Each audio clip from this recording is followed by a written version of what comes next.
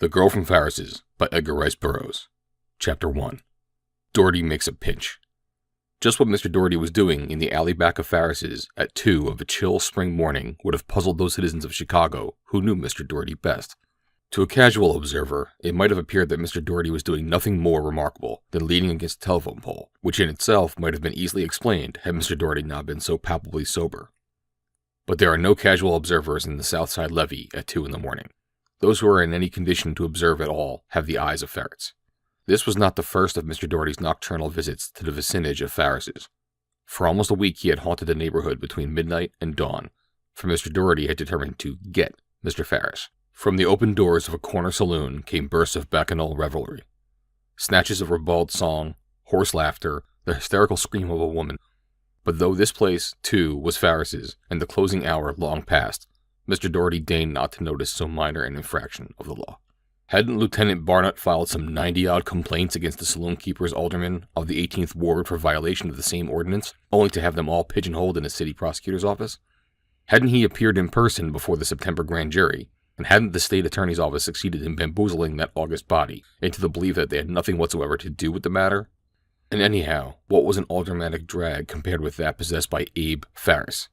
No.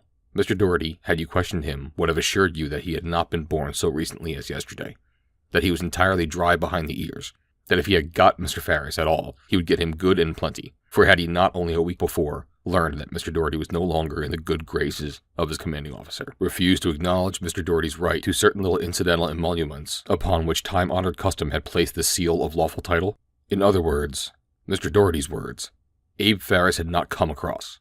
Not only had he failed in this very necessary obligation, but he had added insult to injury by requesting Mr. Doherty to hie himself to the celestial nadir, and he made his remarks in a loud, coarse tone of voice in the presence of pock-marked barkeep who had it in for Mr. Doherty because of a certain 60 weary, beerless days that the pock-marked one had spent at the Bridewell on Mr. Doherty's account. But the most malign spleen becomes less virulent with age, and so it was that Mr. Doherty found his self-appointed task becoming irksome to a degree that threatened the stability of his Machiavellian resolve. Furthermore, he was becoming sleepy and thirsty. "Tell with him," sighed Mr. Doherty, sadly, as he removed his weight from the supporting pole to turn disconsolately toward the mouth of the alley.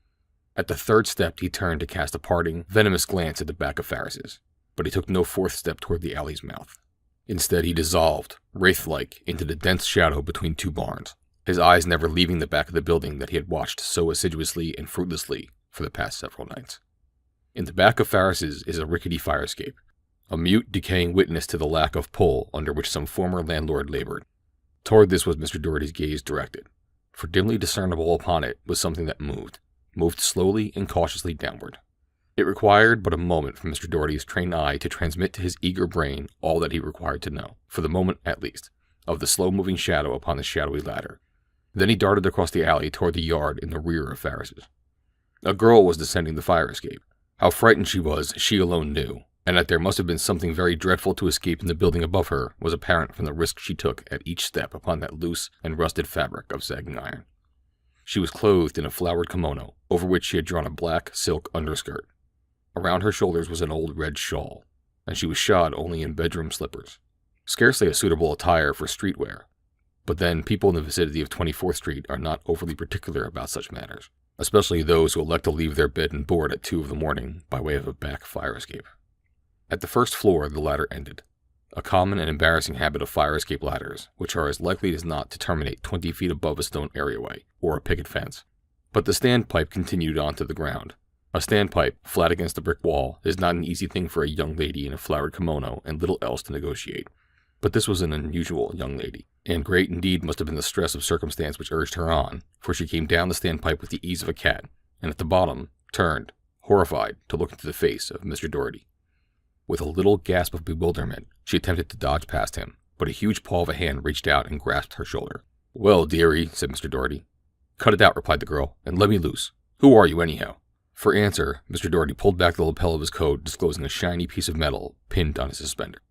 "I ain't done nothing," said the girl. "Of course you ain't," agreed Mr. Doherty. "Don't I know that real ladies always climb down fire escapes at 2 o'clock in the morning just to prove that they ain't done nothing?" "Go to pinch me?" "Depends," said the plainclothes man.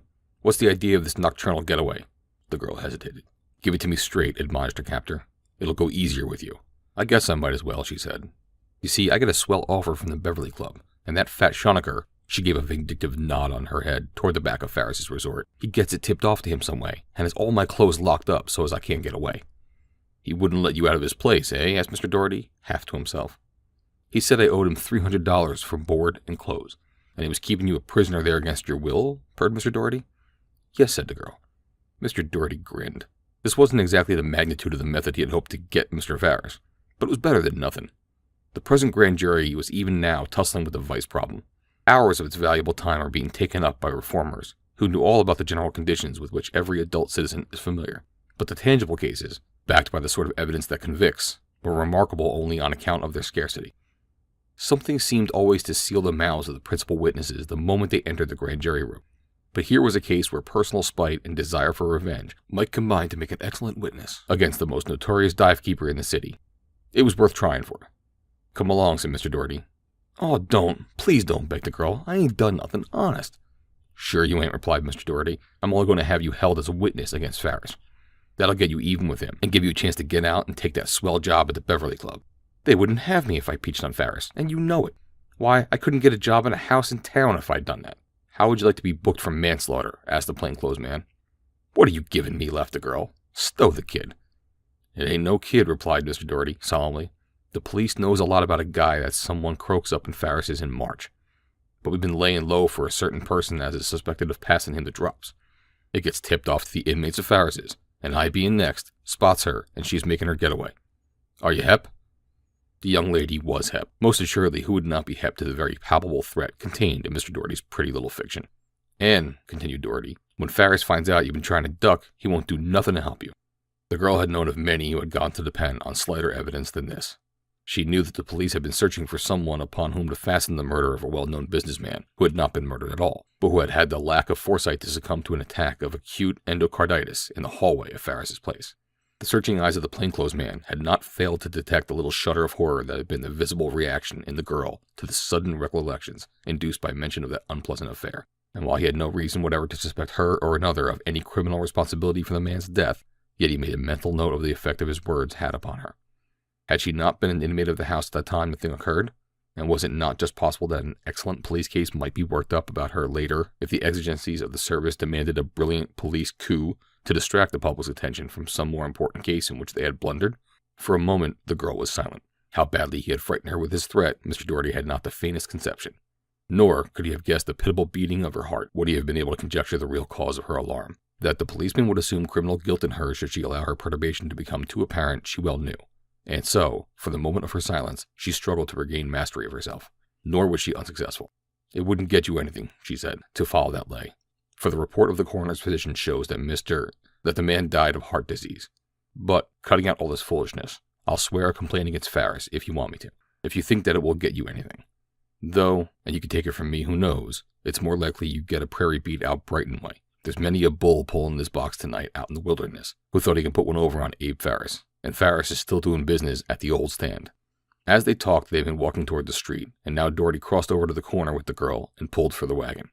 "What did it stand you to forget the guy's name?" he asked, after they had stood in silence for a time awaiting the wagon's tardy arrival. "They offered me $100, she replied. "And of course you didn't take it," he ventured, grinning. The girl made no response. "The newspapers were suffered an awful shock when they found the old bloke was one of the biggest stockholders in 2 State Street department stores," continued Mr. Doherty reminiscently. "They say his family routed the advertising manager of every paper in the city out of bed at 1 o'clock in the morning, and the 3 morning papers had to pull out the story after they had gone to press with it, and stick in a column obituary telling all about he had done for the city and his fellow man, with a cut of his mug in place of the front page cartoon. Gee, it must be great to have a drag like that." "Yes," said the girl in a faint voice. Faintly in the distance a gong clanged. "Them guys is sure taking their time," observed Mr. Doherty. A little crowd had gathered about the couple at the police box, only mildly curious, for an arrest is no uncommon thing in that section of town, and when they discovered that no one had been cut up or shot up, and that the prisoner was scandalously sober, they ceased even to be mildly curious. By the time the wagon arrived, the two were again alone. At the station, the girl signed a complaint against one Abe Farris, and was then locked up to ensure her appearance in court the following morning. Officer Doherty, warrant in hand, fairly burned the pavement back to Farris's. It had been many a month since he had made an arrest which gave him as sincere personal pleasure as this one. He routed Farris out of bed and hustled him into his clothes. This, he surmised, might be the sole satisfaction that he would derive, since the municipal court judge before whom the preliminary hearing would come later in the morning might, in all likelihood, discharge the defendant. If the girl held out and proved a good witness, there was a slight chance that Farris would be held to the grand jury, in which event he would derive a certain amount of unpleasant notoriety at a time when public opinion was aroused by the vice question, and the mayor in a most receptive mood for making political capital by revocation of a few saloon licenses.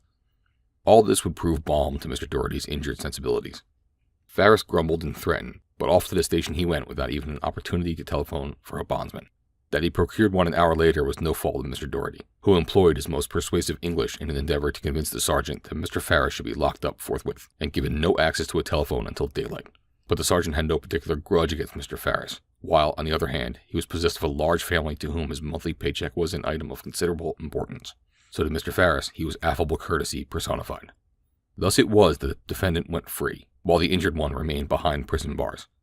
Farris's first act was to obtain permission to see the girl who had sworn to the complaint against him.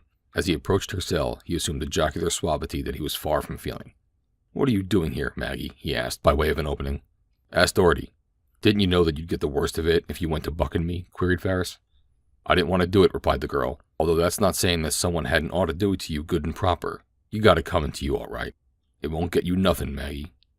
"Maybe it'll get me my clothes. That's all I want." "Why didn't you say so in the first place, then, and not go stirring up a lot of hell this way?" asked Farris in an injured tone. "Ain't I always been on the square with you?" "Sure, you've been as straight as a corkscrew with me." "Didn't I keep the bulls from guessing that you was the only girl in the place that had any real reason for wanting to croak the old guy?" continued Mr. Farris, ignoring the reverse English on the girl's last statement. A little shiver ran through the girl at a mention of the tragedy that was still fresh in her memory. Her own life tragedy in which the death of the old man in the hallway at Farris's had been but a minor incident. "What you gonna tell the judge?" asked Farris after a moment's pause. "The truth, that you kept me there against my will by locking my clothes up where I couldn't get 'em," she replied. "I was only kiddin'. You could have had 'em any old time. Anyways, there wasn't no call for you doing this. You got a funny way of kiddin'. But even at that, I didn't have any idea of peaching on you." "He made me," said the girl. "Who? Doherty?" The girl nodded. "Sure, who else? He's got it in for you." Farris turned away much relieved, and an hour later a colored man delivered a package at the station for Maggie Lynch. It contained the girl's clothes, and an envelope in which were 5 germ-laden, but perfectly good, $10 bills. The matron smiled as she opened the envelope. "Some fox," she said. "Some fox is right," replied the girl. End of Chapter 1.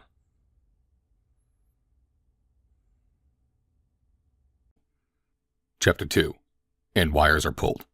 The Reverend Theodore Person sat at breakfast. With his right hand he dallied with iced cantaloupe. The season was young for cucamas mellow, but who would desire a lean shepherd for a fat flock? Certainly not the Reverend Theodore Person. A slender, well-manicured left hand supported an early edition of the Monarch of the Mornings, a sheet which quite made up in volume of sound and in color for any lack of similarity in other respects to the Lion of Poetry and Romance. On the table in his study were the 2 morning papers, which the Reverend Person read and quoted in public. The Monarch was for the privacy of his breakfast table. Across from the divine sat his young assistant, who shared the far more than comfortable bachelor apartments of his superior. The Reverend Purser laid down the paper with a sigh. "Ah me," he said. His assistant looked up in polite interrogation. "This is, indeed, an ungrateful world," continued Mr. Person, scooping a delicious mouthful from the melon's heart. "Here is an interview with an assistant state attorney in which he mentions impractical reformers seeking free advertising and cheap notoriety. In view of the talk I had with him yesterday, I cannot but believe that he refers to me directly. It is a sad commentary upon the moral perspective of the type of rising young men of today, which this person so truly represents, that ulterior motives should be ascribed to every noble and unselfish act. To what indeed are we coming?" "Yes," agreed the assistant, "whither are we drifting?" "But was it not ever thus? Have not we of the cloth been ever martyrs to the cause of truth and righteousness?" "Too true," sighed the assistant, "we have indeed." "Yet, on the other hand," continued Mr. Person, "there is an occasional note of encouragement that makes the fighting of the battle worthwhile." "For example?" suggested the assistant. Mr. Person turned again to the Monarch of the Mornings. "Here is a quarter of a column devoted to an interview with me on the result of my investigation of conditions in supposedly respectable residence districts. The article has been given that much greater prominence than that accorded to the misleading statements of the assistant state attorney. I am sure that thousands of people in this great city are even this minute reading this noticeable heading. Let us hope that it will bear fruit, however much one may decry the unpleasant notoriety entailed." Mr. Person held up the newspaper toward his assistant, who read, in type half an inch high, "Person pillories police." The ointment surrounding the fly, as it were, suggested the assistant. Mr. Person looked quickly at the young man, but discovering no sign of levity in his expression, handed the paper across the table to him and resumed his attack upon a cantaloupe. A moment later, the telephone bell sounded from the extension at Mr. Person's elbow. "Yes?" inquired Mr. Person. "Hello, Mr. Person?" "Yes. This is Doherty." "Oh, yes. Good morning, officer," greeted Mr. Person. Mr. Doherty came right to the point. He knew when to beat about the bush and when not to. "You've been trying to close up Farris's place for 6 months, but you ain't never been able to get the goods on him. I got him for you now." "Good!" exclaimed Mr. Person. "Tell me about it." Mr. Doherty unburdened himself. "The girl will be in court this morning to appear against Farris," he concluded. "You'd better get to her quick before they do, and stick until she's called. She'll need bolstering." "I'll come down right away," replied Mr. Person. "Goodbye, and thank you." "And say," said Doherty, "you can give it out that you tipped me off to the whole thing. I'd just as soon not appear in it any more than I can help." "Just so," replied Mr. Person, and hung up the receiver. As he turned back, his assistant eyed him questioningly. "My friend Mr. Doherty has started something which he has experienced difficulty in terminating," guessed Mr. Person shrewdly. At 10:15, the clergyman entered the courtroom. He had no difficulty in locating the girl he sought, though the room was well filled with witnesses, friends, and relatives of the various prisoners who were to have their preliminary hearings, and the idle curious. "I am the Reverend Mr. Person," he said with smiling lips as he took her hand. The girl looked him squarely in the eyes. "I come as a friend," continued Mr. Person. "I wish to help you. Tell me your story, and we will see what can be done." There were 3 young men with the clergyman. They had met him, by appointment, at the entrance to the courtroom. The girl eyed them. "Reporters?" she asked. "Representatives of the 3 largest papers," replied Mr. Person. "You will be quite famous by tomorrow morning," he added playfully. When Mr. Person had introduced himself, a great hope had sprung momentarily into the girl's heart, a longing that 3 months at Farris's had all but stifled. Vain regrets seldom annoyed her now. She had attained a degree of stoicism that 3 months earlier would have seemed impossible, but with the contact with one from the other world which circumstances had forbidden her ever again to hope to enter, with the voicing of a kind word, with the play of a smile that was neither carnal nor condescending, came a sudden welling of the desire she had thought quite dead, the desire to put behind her forever the life that she had been living. For an instant, a little girl had looked into the eyes of the Reverend Mr. Person, prepared to do and be whatever Mr. Person, out of the fullness of brotherly love, should counsel and guide her to do and be. But Mr. Person saw only a woman of the town, and to such were his words addressed, with an argument which he imagined would appeal strongly to her kind, and it was a woman of the town who answered him with a hard laugh. "Nothin' doin'," she said. Mr. Person was surprised. He was pained. He had come to her as a friend in need. He had offered to help her, and she would not even confide in him. "I had hoped that you might wish to lead a better life," he said, "and I came prepared to offer you every assistance in securing a position where you might earn a respectable living. I could find a home for you until such a position is forthcoming. Can you not see the horrors of the life you have chosen? Can you not realize the awful depths of degradation to which you have come, and the still blacker abyss that yawns before you if you continue along the downward path? Your beauty will fade quickly, its lifeblood sapped by the gnawing canker of vice and shame, and then what will the world hold for you? Naught but a few horrible years of premature and hideous old age." "And the way to start a new and better life," replied the girl in a level voice, "is to advertise my shame upon the front pages of 3 great daily newspapers? That's your idea, eh?" Mr. Person flushed, very faintly. "You misunderstand me entirely," he said. "I abhor as much as any human being can the necessity which compels so much publicity in these matters. But it is for the greatest good of the greatest numbers that I labor, that all of us should labor. If the public does not know of the terrible conditions which prevail under their very noses, how can we expect it to rouse itself and take action against these conditions? No great reform is ever accomplished except upon the clamorous demand of the people. The police, in fact all city officials, know of these conditions, but they will do nothing until they are forced to do it. Only the people who elect them and whose money pays them can force them. We must keep the horrors of the underworld constantly before the voters and taxpayers until they rise and demand that the festering sore in the very heart of their magnificent city be cured forever. What are my personal feelings, or yours, compared with the great good to the whole community that will result from the successful fruition of the hopes of those of us who are fighting this great battle against the devil and his minions? You should rather joyfully embrace this opportunity to cast off the bonds of hell, and by enlisting with the legion of righteousness, atone for all your sinful past by a self-sacrificing act in the interest of your fellow man."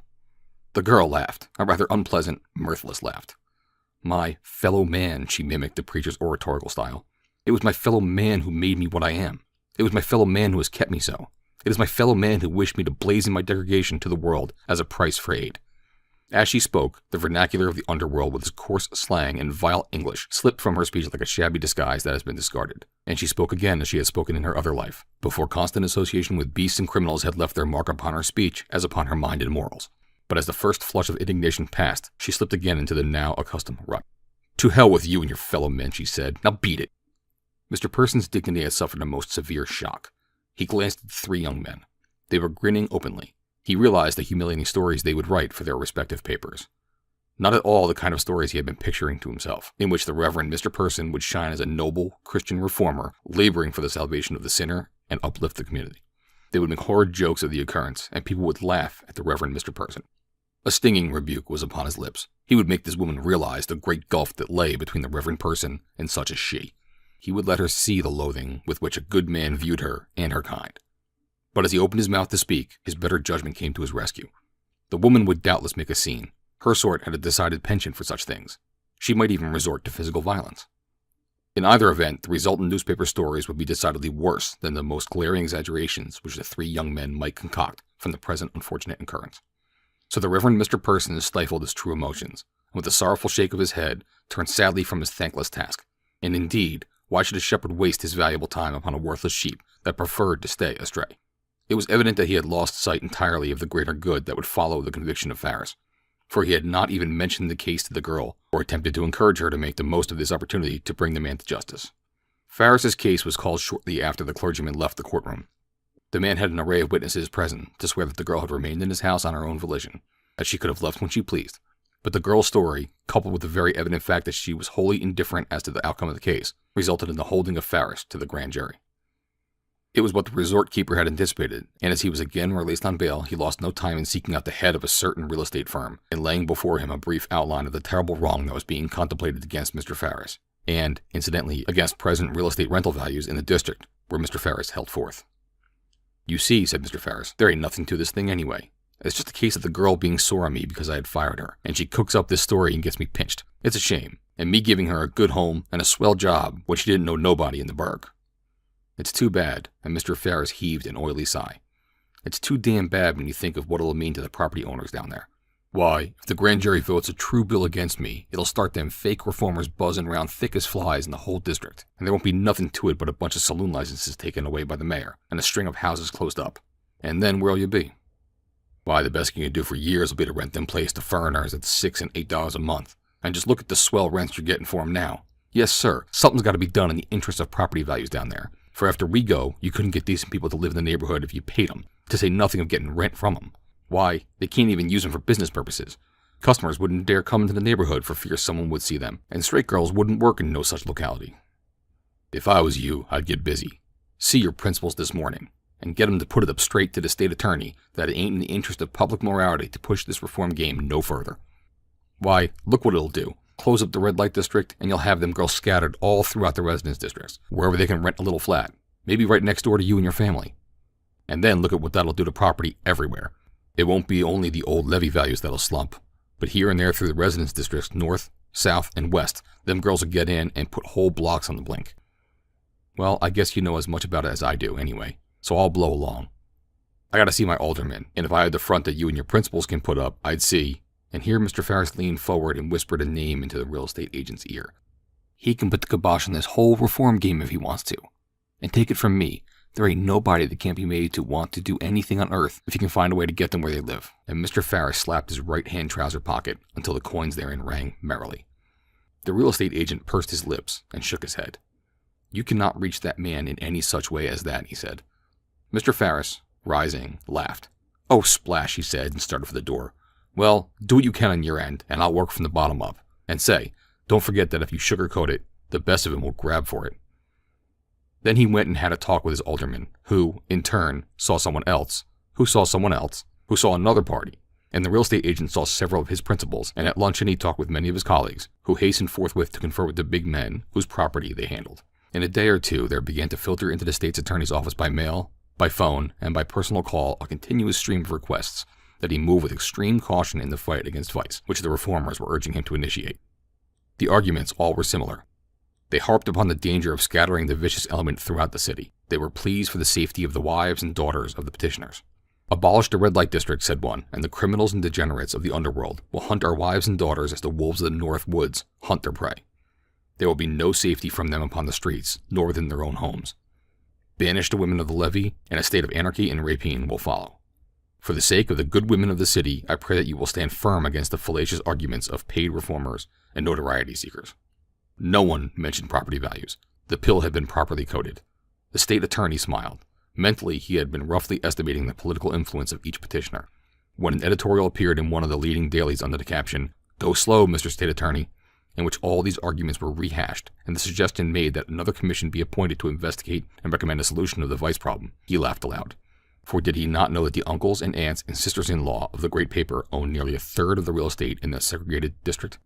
But the state attorney knew that no man knew what would be the result of the adoption of the drastic suggestions of the reformers, so it was an easy matter for him to justify himself to himself when he waged his bitter war of words against vice, and gave private instruction to his assistants in the safety and seclusion of his own office. Instructions that did not always exactly harmonize with the noble sentiments enunciated in the typewritten statements passed out impartially to the representatives of the press for publication. The state attorney was far from being a corrupt man, but the vice problem had been the plaything of reformers and politicians for years. It was as old as the sexes. It had never been solved, and the chances were that it never would be. If he had spoken his mind, he would probably have admitted that he was afraid of it, entirely from sociological reasons, and apart from its political aspect. But the state attorney was in no position to speak his true mind on many subjects. He hoped, someday, to run for governor.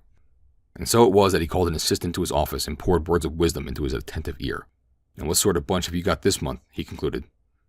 "Oh, just about as usual. A couple of bank presidents, some retired capitalists, several department managers, and one farmer. They're new now, but by the time that case reaches us, they'll be tired of the grind and ready to jump through whenever I tell them to." Thus spake the young assistant state attorney of the ancient and honorable grand jury. End of chapter 2.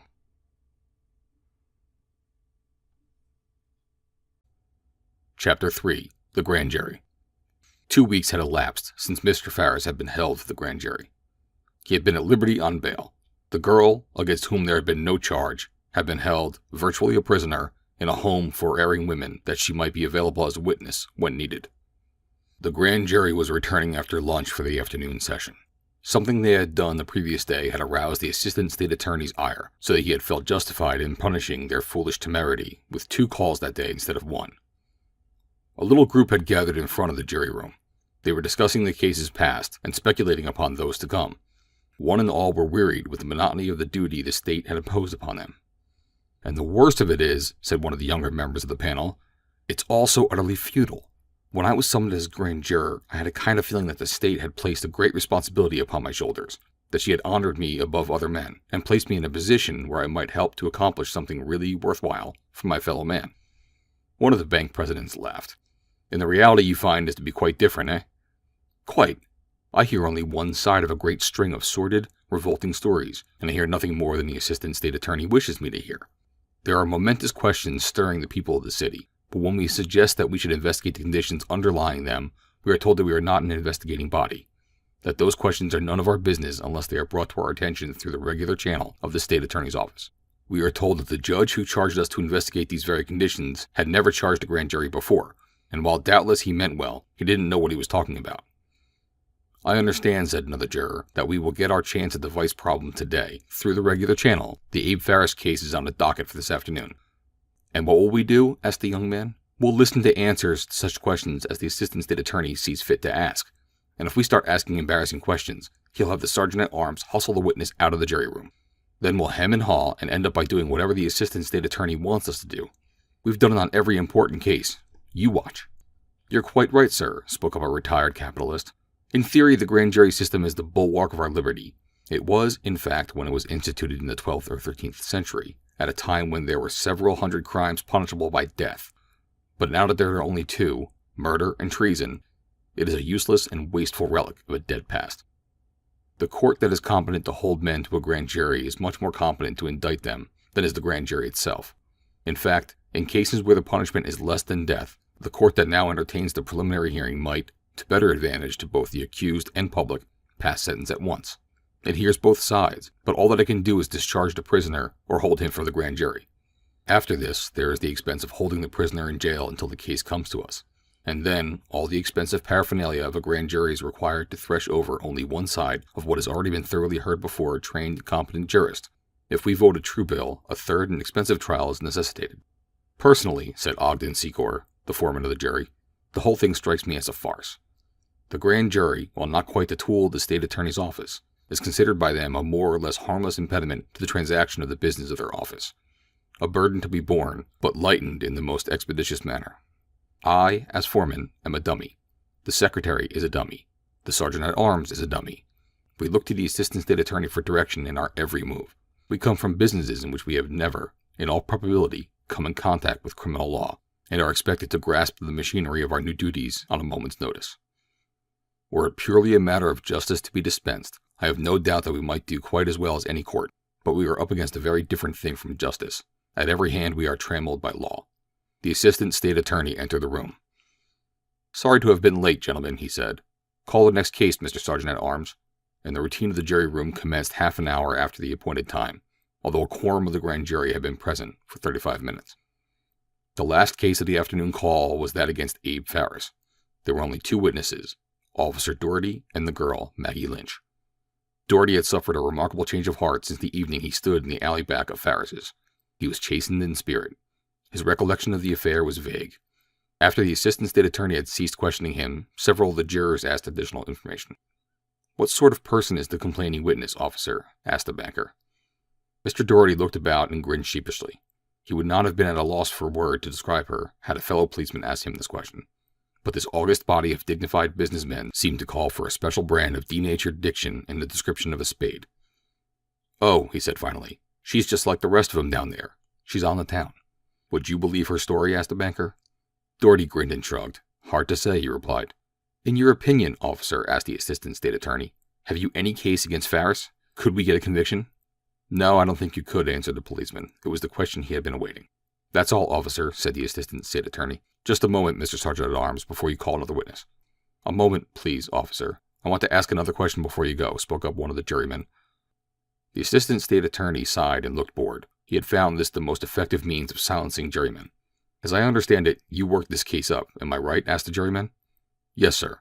"If you had enough evidence 3 weeks ago to warrant the arrest of Farris, why haven't you got enough now to ensure conviction?" Doherty looked uncomfortable. He fingered his cap and turned an appealing look toward the assistant state attorney. That functionary came to his rescue. "You see, Mr. Smith, pardon me for interrupting," he said. "The girl swore out a warrant, and it was necessary to make the arrest. That's all, officer. You may go now." "But," insisted Mr. Smith, "it was quite apparent from the newspaper account at the time that the girl was an unwilling complainant, that the police officer worked up the case." In the meantime, Doherty, only too anxious to do so, had left the grand jury room. The sergeant-at-arms stood with his hand upon the knob of the door, looking questioningly at the assistant state attorney. "You do not care to question any other witnesses, do you?" asked the young gentleman of the jury. "What other witnesses are there?" asked Mr. Smith. "Only the girl," replied the assistant state attorney. "But you can see from the officer's testimony that it is scarcely worth our while to hear from the girl. You might as well take a vote, Mr. Foreman," he concluded, turning towards Ogden Secor. "All those in favor of a true bill raise their right hands," commanded Mr. Secor. "Just a moment, Mr. Foreman," interrupted Mr. Smith. The assistant state attorney scowled and sighed, then settled back in his chair in a martyr-like resignation. Mr. Smith was a thorn in the flesh. "It seems to me, Mr. Foreman," said Mr. Smith, "that until we have heard all the witnesses, we are in no position to vote intelligently. I, for one, am in favor of calling in the girl." "Yes, yes," came from several of the jurors. The sergeant-at-arms looked toward the assistant state attorney for authority. "Call the next witness," said Ogden Secor. The sergeant-at-arms was surprised to receive a command from the foreman of the jury, but the assistant state attorney made no demur, so he opened the door. "Next witness," he called, and the grand jury clerk, whose office is just outside the grand jury room, beckoned to a girl who sat in the chair in a far corner, shielding her face with her arm from the glaring eyes of 2 press cameras. As she rose, 2 flashlights exploded simultaneously. Then she hurried across the room and passed through the doorway into the presence of the grand jury room. Ogden Secor had not the faintest curiosity regarding her. From earliest boyhood he had learned to shudder at the very thought of the hideous, painted creatures who plied their sickening vocation in a part of town to which neither business, accident, nor inclination had ever led him. For a city-bred man whose boyhood had been surrounded with every luxury, and whose spending allowance had been practically unlimited, he was remarkably clean. His high ideals were still unsullied, and though a man's man mentally and physically, morally he was almost a prude. It was with difficulty that he raised his eyes to the girl's face as he administered the oath. and it was with a distinct shock of surprised incredulity that he saw that she was neither painted nor hideous. Her brown eyes fell the moment they met his. There was no slightest sign of boldness in them, and when she turned to face the jury as the assistant state attorney began questioning her, her attitude was merely of quiet self-possession. The young foreman could not reconcile the refinement of her appearance with the well-modulated voice with his preconceived ideas concerning her kind. He had been prepared for a sort of coarse animal beauty perhaps, and he had fully expected gaudy apparel and quantities of cheap jewelry. But instead he saw a demure, quietly dressed girl who might have stepped fresh from a convent. It was appalling to think that she had been an inmate of Farris's. As she answered the often brutal questions of the assistant state attorney, Ogden Secor watched her profile. He saw that the girl was actually suffering under the ordeal, and he had thought that she would welcome the notoriety and brazenly flaunt her shame in the faces of the jurymen. And he, too, as he studied her face, that she was not merely ordinarily good-looking. Hers was a face that could have been commented upon anywhere as exceptionally beautiful. He could not believe that the girl before him had voluntarily chosen the career she had been following. The assistant state attorney had finished questioning her. He had brought out only the simple story she had told Doherty the night he had discovered her upon the fire escape.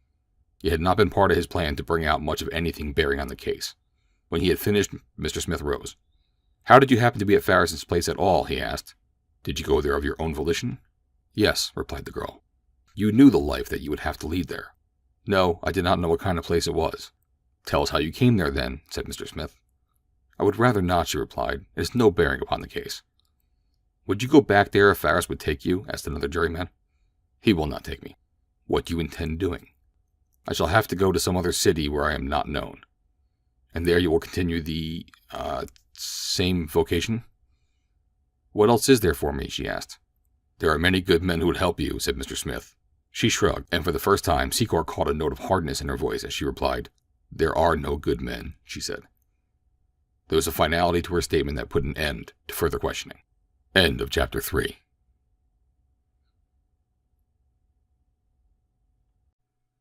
Chapter 4.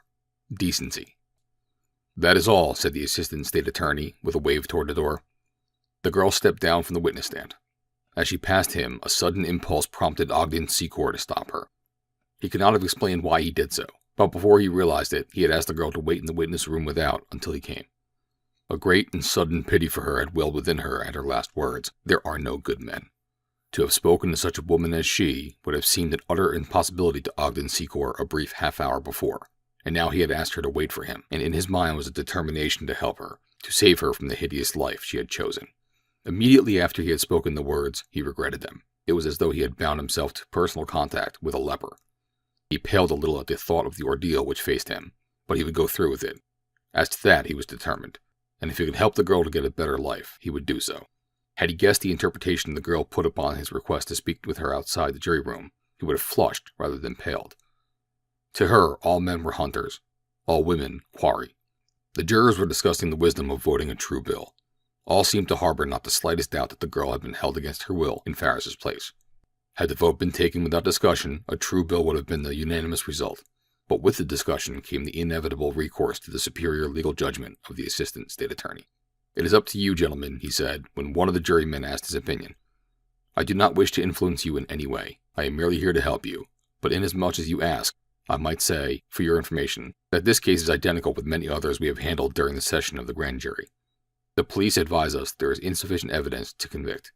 If we vote a true bill, the taxpayers will be compelled to pay for an expensive trial, at the end of which the defendant will be discharged, and that will be the end of it. While, should we vote a no bill, the case may again be brought before the grand jury should the police at any time in the future unearth further evidence. Remember, gentlemen, if you vote a true bill now, this case can never again come before the grand jury, and in my humble opinion you will be virtually playing into Farris's hands and ensuring him immunity. It is up to you." The foreman took the vote. The majority favored no bill, and that was the end of the particular case of the People versus Abe Farris. Property interests throughout the city had been protected, and real estate values remained unchanged.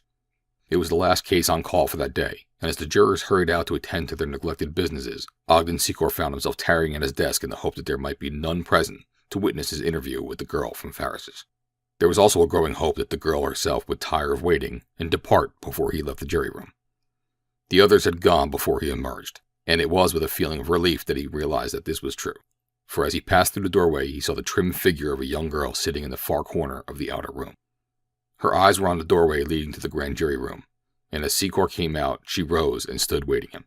He came directly toward her, and as his eyes rested upon her face, he ceased to regret that he had asked her to wait. Surely there could be no intentional evil in the owner of such a face. He was confident that it would be an easy matter to guide her into a decent life. As he reached her, he found that it was to be rather an embarrassing conversation to open. For a moment, he hesitated. It was the girl who first spoke. "What do you wish of me?" she asked, although she was quite sure that she knew precisely what he wished. While she had waited for him, she had quite fully determined her course of action. She was convinced that the swell job at the Beverly Club would not be for her, even though the grand jury failed to indict Farris. 1,000 times during the past bitter months she had thrashed out the problem of her life. 1,000 times she had determined to seek other employment when she could leave Farris's, and 1,000 times she had realized that her life was already ruined past redemption, and that never again could she live among decent people with the constant fear hanging over her that the horrible secret of her past might at any moment be discovered. Better, far better, she thought, to continue in that life until death released her. But here, she felt, was to be an easier way for a few years at least. Sooner or later this man would tire of her, but in the meantime she would have a good living. It would be much better than either Farris's or the Beverly Club. Possibly she could save enough money to ensure the balance of her life against want. She had heard of women like herself who had done this very thing, and so she waited now for the proposal which she was confident Mr. Ogden Secor was about to make. She knew nothing about this young man, not even his name, nor did she care more about him than to know that he had ample funds with which to defray the cost of an expensive plaything. "Miss Lynch," said Ogden Secor, "I find the things I wanted to say to you most difficult to say. I scarcely know how to commence. I should hate to offend you." "No chance," she replied. "You know what I am. There is your answer. Go ahead. Get the proposition out of your system." Though her words were light, she was a trifle nonplussed at his method of approach. There was a distinct note of deference in his voice that she had long been unused to from men. Could it be possible that she had mistaken in his intentions? But what else under the sun could he want of her? "You see," continued Mr. Secor, "I couldn't help but know something of your life from your testimony in there. Yet, though I heard it from your own lips, I find it difficult to believe that it is true. It doesn't seem possible that you can prefer such a life, and I wanted to ask if I might not be of service to you in some way to help you live differently." The girl noted the clean, strong face of the young man before her, the clear eyes, the healthy skin. There was no indication of dissipation or evil habits.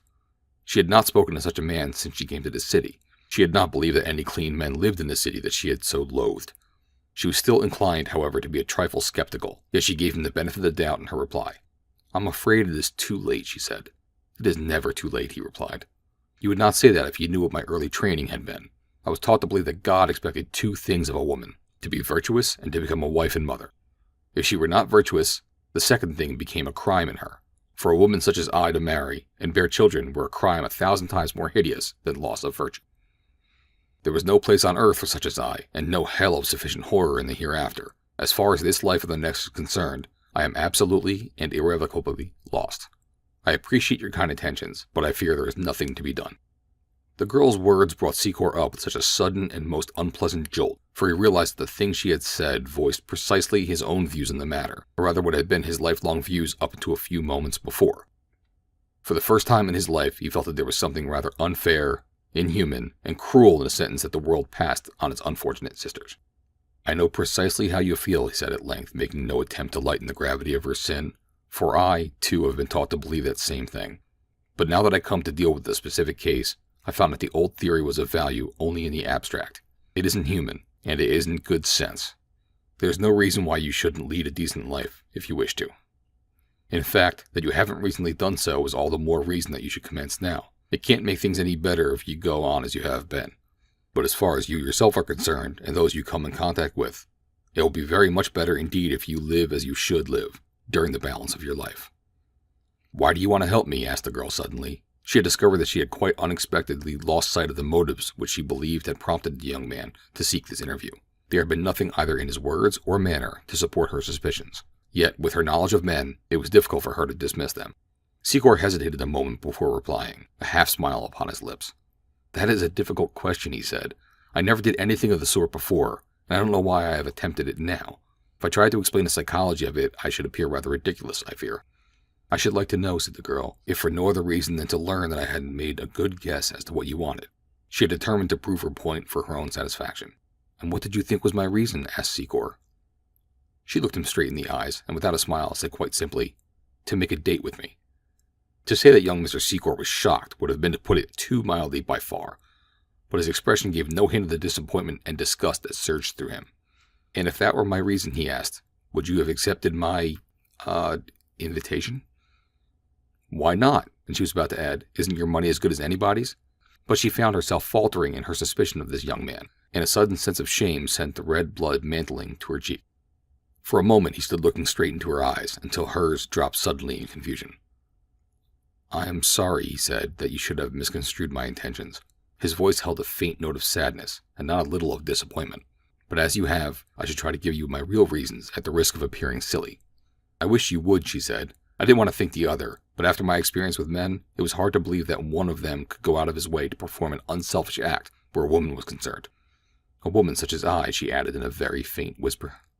"I wanted to help you," said Secor, "from the moment that I saw your face and heard your voice in the jury room. I couldn't believe that a girl like you belonged in the underworld. It was not because of the fact that you were a very beautiful girl, but that your face and expression reflect a sweetness of character that seemed entirely out of place in the life you had been leading. There must have been a sudden, subconscious appeal to the protective instinct that is supposed to have been very strong in primitive man. In no other way can I account for the immediate desire I had to save you. Those are my reasons, if you can call them reasons, for asking you to wait here for me. You will doubtless find them as ridiculous as they now seem to me."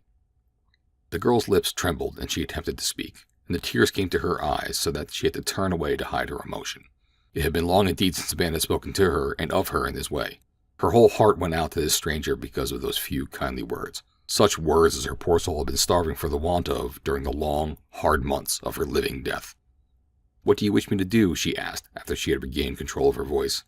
"Let me help you find employment. That is all that you will accept from any man. It is all that any decent man should offer you," he replied. "I will do whatever you wish," she said simply. "I'm going away tomorrow," he went on, "to be gone for several weeks. In the meantime I'll give you the name and address of a man who can and will help you to at least temporary employment. Keep in touch with him, and when I return we'll see what is best to be done, and what sort of work you are best qualified for." As he had spoke, he had written a name and address upon a leaf of his memorandum book. He tore the sheet out and handed it to her. Without looking at it, she slipped it into her handbag. "And now, goodbye and good luck," he said, extending his hand to her. "You must not shake hands with me," she said. "Don't say that," he replied. "Forget what you have been. You are that no longer. I am wanting to shake hands with an entirely new girl, and to prove that you intend to be a new girl, you must let me." He smiled the clean, wholesome smile that made his strong, young face doubly attractive. There was no refusing Ogden Secor anything that he asked when he smiled, and so the girl placed her hand in his. "This is the ratification of your pledge," he said. "I shall never doubt for a moment that you are keeping it. Until I return then," and bowing, he left her there, a new hope and a great happiness in her heart. If one good man could forgive her past, there must be others. Possibly the world would not be so hard upon her after all. Maybe there was a chance for her to live as she wanted to live, and to find the happiness that she so craved, and which she had thought was lost forever. Suddenly she recalled that she did not know the name of the man who had just left her. Well, that could be easily ascertained. She had the name and address of his friend.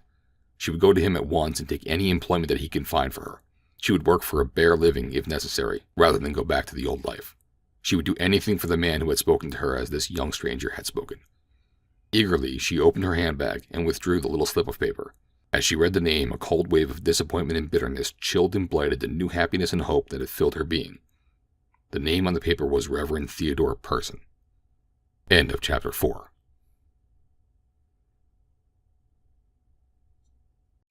Chapter 5. A Friend in Need.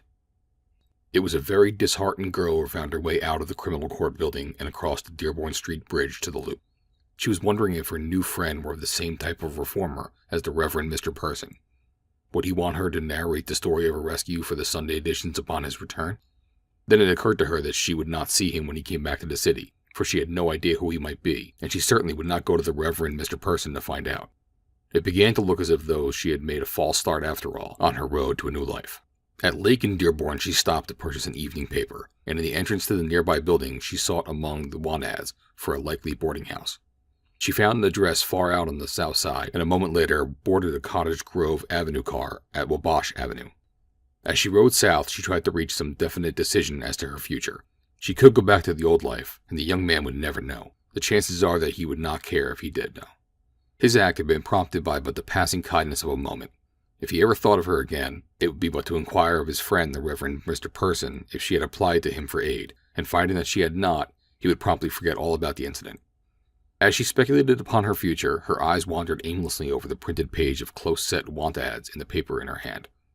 Presently a notice caught her attention. Wanted, neat girl for general office work. Small wages to start, experience unnecessary. Apply Kesner Building. Why not try it, she thought.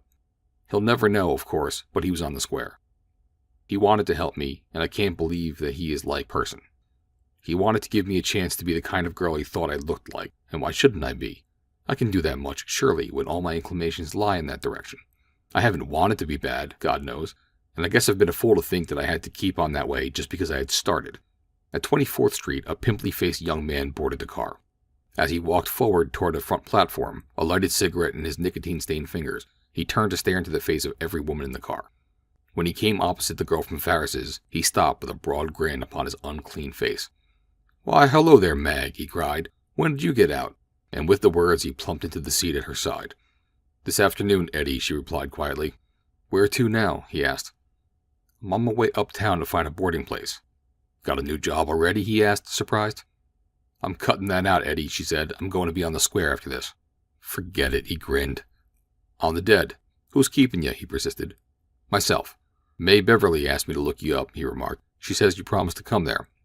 "I didn't think she'd want me after that Farris business," replied the girl. The young man laughed. "Huh, what does she care? She ain't got no love for Farris, and besides, a chicken with an angel face like yours can get in anywhere in the burg. But on the dead, Mag, you're a boob not to get your hooks onto some rich gazimbat. I know a gink right now that'll pass me out 500 bones any time for a squab like you. Say the word, I'll split it with you." The girl looked at the man for a moment, and then turned and gazed out the window. "That's right. Think it over," said Eddie. "It's a good proposition, and that ain't no dream. He's not exactly pretty, but he's there with a bundle of kale that would choke to Panama. He'd set you up in a swell apartment, plaster sparklers all over you, and give you a year after next model 8 Lunger and a shuffer. You'd be the only cheese on Mish Boulevard." The girl knew that Ed was not romancing, and here she had been thinking that she could not even get into the Beverly Club. Here was easy money, riches even, just for the taking, and she would be no worse for it than she already was. She looked again at the man beside her, and as she looked, she found herself comparing him with the young man she had last talked with. He, too, had come to her with an offer. She glanced at the want ad lying face up in the paper on her lap. $5 a week, she mused. 6 at the most. "What's that?" asked Eddie. "I didn't get you." Eddie was smiling at her. She saw his smile, but beyond it she saw the smile of that other young man. Eddie would have felt pain could he have read the unvoiced comparison that shot into the girl's mind as he looked at Eddie's yellow-toothed, unwholesome smirk. "Well?" asked Eddie at last. "Shall I frame up a date?" "No," said the girl. "I think I've got a swell job already. Goodbye, Eddie. Here's where I get off." She found the boarding house, and after paying a week's board in advance, returned to the Loop, seeking the Kesner Building. On the 18th floor she had found the room number given in the want ad. There had been 15 other applicants already, said the man to whom she had been directed by a typist near the door to the office. "But I haven't decided on any one in particular yet. There will be as many more in tomorrow morning. Have you had any experience?" "No, the advertisement said it was unnecessary," she replied. "Yes, of course. But with so many applicants, I would naturally prefer to choose an experienced girl. What have you been doing?" The girl hesitated. "Nothing," she said finally. "I have just come from the country." "What's your name?" "Lathrop. June Lathrop," she answered, giving him her true name. For with her decision to commence life anew, she had also decided to do so under her true colors. There would be nothing in her future, she had determined, that could bring odium upon her father's name. "Well, Miss Lathrop," said he, "to be frank, you're the most likely looking of the applicants so far. Most of them have had experience, but that doesn't count much against natural intelligence, and unless I'm way off, you've got that. I'll tell you what, you come back here tomorrow morning about 9:30, and if no one I like better has shown up by that time, the job's yours. Good afternoon."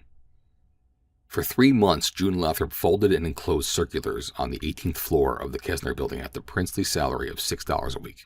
As her board and room at the place she had first selected cost her $7 a week, it required but a rudimentary knowledge of higher mathematics to convince her that she would either have to change positions or boarding houses. She chose the latter alternative. The change brought her into a neighborhood perilously close to the red light district. Several times she saw women she had known in that other life. They passed her upon the street, clothed in clinging silk and starred with many a scintillating gem. June was careful to see that they did not have a chance to recognize her. Her clothes were becoming a trifle shabby, but they were neat, and were worn with that indefinite air that some women can impart to rags. Not once had she regretted the steps she had taken. For the first time in months she felt a growing interest in life, and a quiet contentment that was almost happiness, as near to happiness at least as she ever expected to attain. She often smiled sadly to herself, and recalling upon how slight a thing the turning in her life had hinged, the clean smile and kindly interest of a stranger, a man whose name, even, she did not know. Early in her career upon the 18th floor of the Kesner building, June had discovered that the road to higher wages paralleled the acquirement of special training. Anyone could fold and enclose circulars. There were always thousands of girls to be employed at a moment's notice for this class of work, but even here, she discovered, expertness demanded and received the highest wages. So she made it a point to become expert. At the end of the second month, she could handle a greater volume of work in a day than any other girl in the department, and with a lower percentage of errors. Her wages were advanced to $7, and she was entrusted with the more important work of the department. In the same room with her were several typists, and on the floor below many stenographers. June discovered that the poorest paid typist earned $1 a week more than she, or at least received that much more. She determined to become a typist, and with that end in view, practiced during the noon hour each day under the guidance of one of the regular typists. From her, she learned that some of the stenographers downstairs received as much as $75 a month, almost 3 times her wage. That evening, June enrolled in night school where she could study stenography. The venture necessitated the curtailment of expenses. It meant walking to and from her work and finding a still cheaper room than that she had. Her new lodgings were nearer the Loop. Here she had a tiny gas stove where she cooked her slender meals, 2 a day some days. At night she practiced and studied. In a month she could take ordinary dictation and transcribe 90% of it quite as it had been dictated. Without being aware of it, she had become some 40% more efficient than most stenographers ever become. Yet she felt that she was far from the proficiency required to obtain or hold a position. Then the blow fell. Her careful attention to her work in the circularizing department, her expertness, lost her position for her. It happens every day in the departments of big businesses in every city. A slack season came. Expenses must be curtailed. The head of the house conferred with the manager of her department. The payroll was the first item to be considered in reducing expenses. It always is. Likewise, it was the last thing. "How many girls can you spare at this season of the year, Mr. Brown?" asked the head of the house. "We can cut the force in 2, replied Mr. Brown, not because he thought so, but because he thought the head of the house would like to have him say it. Mr. Brown had been up against the same thing twice a year since he had assumed the management of the department. He had found it far easier to coincide with the wishes of his superior, especially when the hysteria of retrenchment was abroad. Later, he could employ other girls to bring his department up to a respectable working basis, after the head of the house had transferred his attention and hysteria to another department or another field of endeavor." The head of the house glanced down the payroll, a copy of which Mr. Brown had handed him. He said, $7? $7 is too much for this class of work, Mr. Brown. When I started this business, I had but one employee, a girl. She and I did all the work. I used to work 18 and 20 hours a day, and if I had made $7 a week clear the first year, I should have been delighted. She worked nearly every night and Saturday afternoons as well, and did it for $3 a week. You're paying your help altogether too much. I see you have 3 girls in this department who are receiving $7 a week. We will start with them." And he made 3 little X's, one before the name of each of the 3, so June lost her job. When Mr. Brown told her that he would not need her after the following Saturday, she was dumbfounded. "Hasn't my work been satisfactory?" she asked. "Yes," replied Mr. Brown, and then as well as he could he explained the necessity for cutting down the force. But just why it was necessary to lay off his most efficient help, he did not attempt to explain. That night and for many days thereafter, June scanned the want columns of the papers. She wrote in reply to blind ads, letters that never received a response. She called in answer to those that gave an address, but there was always something they wanted that she had lacked. Quite often the positions were filled before she applied, and then she discovered that she must wait upon the corner near the office of the afternoon newspaper from which she obtained her leads, seize one of the first copies that came onto the street, and hasten to the addresses of the more likely appearing ads if she were to be in time to obtain a first hearing. In this way she managed, during the ensuing 3 or 4 months, to pick up half a dozen temporary positions at wages ranging from $5 to $9 a week, but fully half the time she was idle. She had been compelled to give up night school, but she still practiced stenography at home, and her afternoons, when she was out of employment, she spent at the employment bureaus of various typewriter companies gaining speed on machines of different makes. She had not sufficient confidence as yet to apply for a position as typist. She was too inexperienced to know that this is the sole asset of the majority of typists. 4 months after she lost her position in the Kesner building, she was working in the bindery department of a small job printing establishment at $4 a week. Her clothes were by this time far too shabby for her to hope to obtain an office position, nor was there any immediate likelihood that she would be able to save sufficient money from her wages ever to purchase other clothing. But even now she retained her courage. The hope was rapidly succumbing. Poor and insufficient food had left its mark upon her pallid, emaciated cheeks and dark-ringed eyes. She had made no friends among her coworkers. The good girls she avoided from a sense of shame in her past. The others with their cheap immoralities disgusted her. She would be one thing or the other, all good or all bad, but she could not abide those who sailed under false colors, assuming a respectability they did not have. She still retained sufficient beauty to make her noticeable among other girls. It was her sole possession of value. One day she had an opportunity to cash it. The man who ran a print shop often walked through the bindery inspecting her work. On several occasions he stopped and spoke to June about the job that she happened to be engaged upon.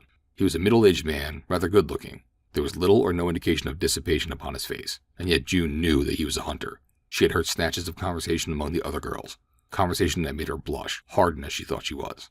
One afternoon the forewoman told her that the boss wanted to see her in his office. She hastened to respond to the summons. Her employer smiled pleasantly as she entered.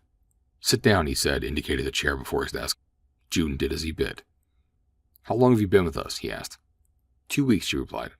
"I have been noticing your work, and you," said the man. "I think you're not getting enough wages. I believe we can fix it up so that you can earn $10 a week. How would that strike you?" The girl's eyes narrowed, but the man did not notice. "I should be glad if I can earn $10 a week," she replied. "Well, suppose you take dinner with me tonight and we'll talk it over. I'm too busy just now. Well, what do you say?" June looked him straight in the eyes, and then she laughed. She thought of the apartment on Michigan Avenue, the 8-cylinder touring car, the chauffeur, the diamonds, all of that she had refused 7 months ago. "You poor boob," she said. "You poor, cheap boob, you."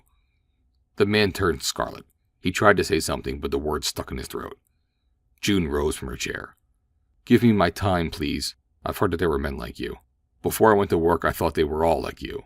But in all the offices I have worked, and I've worked in a lot of them, you're the first man that ever made a raw crack at me like that. If you had had the nerve to come right out and say what you wanted of me, I might have at least had a little respect for you. But to try to work that rotten, old, cradle-robbing dinner game on me, and offer me $10 a week and work all day in the bindery to boot, give me my $4 and let me get out of here." For 2 weeks, June sought other positions in vain. Her money was gone, and she owed for a week's room rent. She had no food or prospects of food. She had not eaten for 24 hours, and then, as fate would have it, she met Eddie on the street. Eddie of the pimply face, the unclean nails, and the stained fingers. "For the love of Mike!" exclaimed Eddie. "You?" "Surest thing you know, Eddie," replied the girl, laughing. "The sweetest-looking chicken on the line. In rags," he said. "What's the idea, Mag? Got a job as one of them new she-cops and doing a little gumshoe work in disguise?" "No, Eddie, I'm out of a job." Sudden enlightenment dawned upon Eddie's countenance. "Being on a square hasn't gotten you much, eh?" "No, Eddie, it hasn't got me anything except an awful appetite and nothing to satisfy it with." The young man looked into her face searchingly. "You hungry, Mag?" She didn't deny it. He grasped her by the arm. "You come along with me," he commanded. "I know a joint round the corner where we can feed you up swell on 4 bits, and that's all I got just now." The girl drew back. "No, Eddie," she said. "I can't sponge." "Forget it," he cried. "Do you suppose I'll see an old pal hungry when I got the price? Not me." And then, as she still demurred, his expression changed. "Oh," he said, "I forgot. You're on the square now. So you'll be ashamed to be seen with a dip like me, that's it. Well, I don't know, but you're right. You can't be too careful." "It's not it, Eddie, and you know it," she cried. "But I've been trying so hard to make good. I haven't asked anybody for help, and I've been on the square all the time. I hate to have to fall back on charity now." "Charity nothing," he exploded. "You'd do as much for me if I was down and out. Come along now, and we'll get you the price you can feed me up in return if you feel that way about it." So they went together to the joint around the corner where they can get a swell feed for $2.50. "What do you think of this virtue lay by this time?" asked Eddie after they had partially satisfied the cravings of the inner man and woman. "I guess it's its own reward all right enough," replied the girl. Eddie was silent for the moment. "Do you remember me telling you about the old bloke the last time I seen you?" he asked presently. "Yes." "That proposition's still open." She reached across the table and laid her hand upon his stained fingers. "Don't, Eddie," she said. "I'm trying hard to fight the temptation to go back where there is plenty of easy money, and good clothes, and enough to eat. I want to be on the square, though, Eddie, so don't make it harder for me." He patted her hand. "You're the real goods, Mag," he said. "I thought you were just four-flushing that time you told me you'd quit the gay life. But I guess it takes more than four-flush for a girl like you to wear them clothes and starve to boots just for the sake of being decent. I won't say nothing more about the proposition. But if I can help you any other way, why, you got my number." "Gee," he continued, "I wish I had your nerve. I tried a dozen times to quit and be decent. But the easy money down here always got me. That and the coke.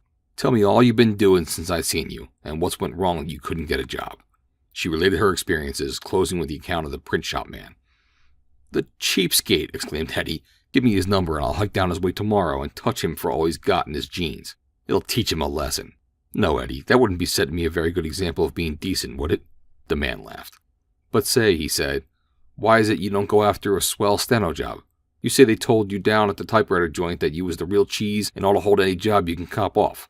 "Yes, I know they did," she replied, "but they intimated that they couldn't send me out in answer to a call unless I got better clothes, and you can't buy much on $4 a week, Eddie, especially if you only get the 4 some weeks." Eddie sat for a moment in deep thought. Then he rose and reached for his hat. "You sit tight there for about 10 minutes, Mag," he said, "and I'll be right back. I got some business up the street. I want to see you again when I come back. You won't duck, will you?" "I'll wait for you, Eddie," she replied. The man stopped at the cashier's desk and paid the 2 checks. Then he hurried out into the brilliantly lighted street. It was 15 minutes before he returned, and when he took his place at the table opposite her, the girl did not know that he no longer wore a diamond stick pin, a watch of gold, and a diamond ring. "Here," he said, shoving a roll of bills across the table at her. "Here's a stake for them swell clothes you need to land a decent job." End of chapter 5.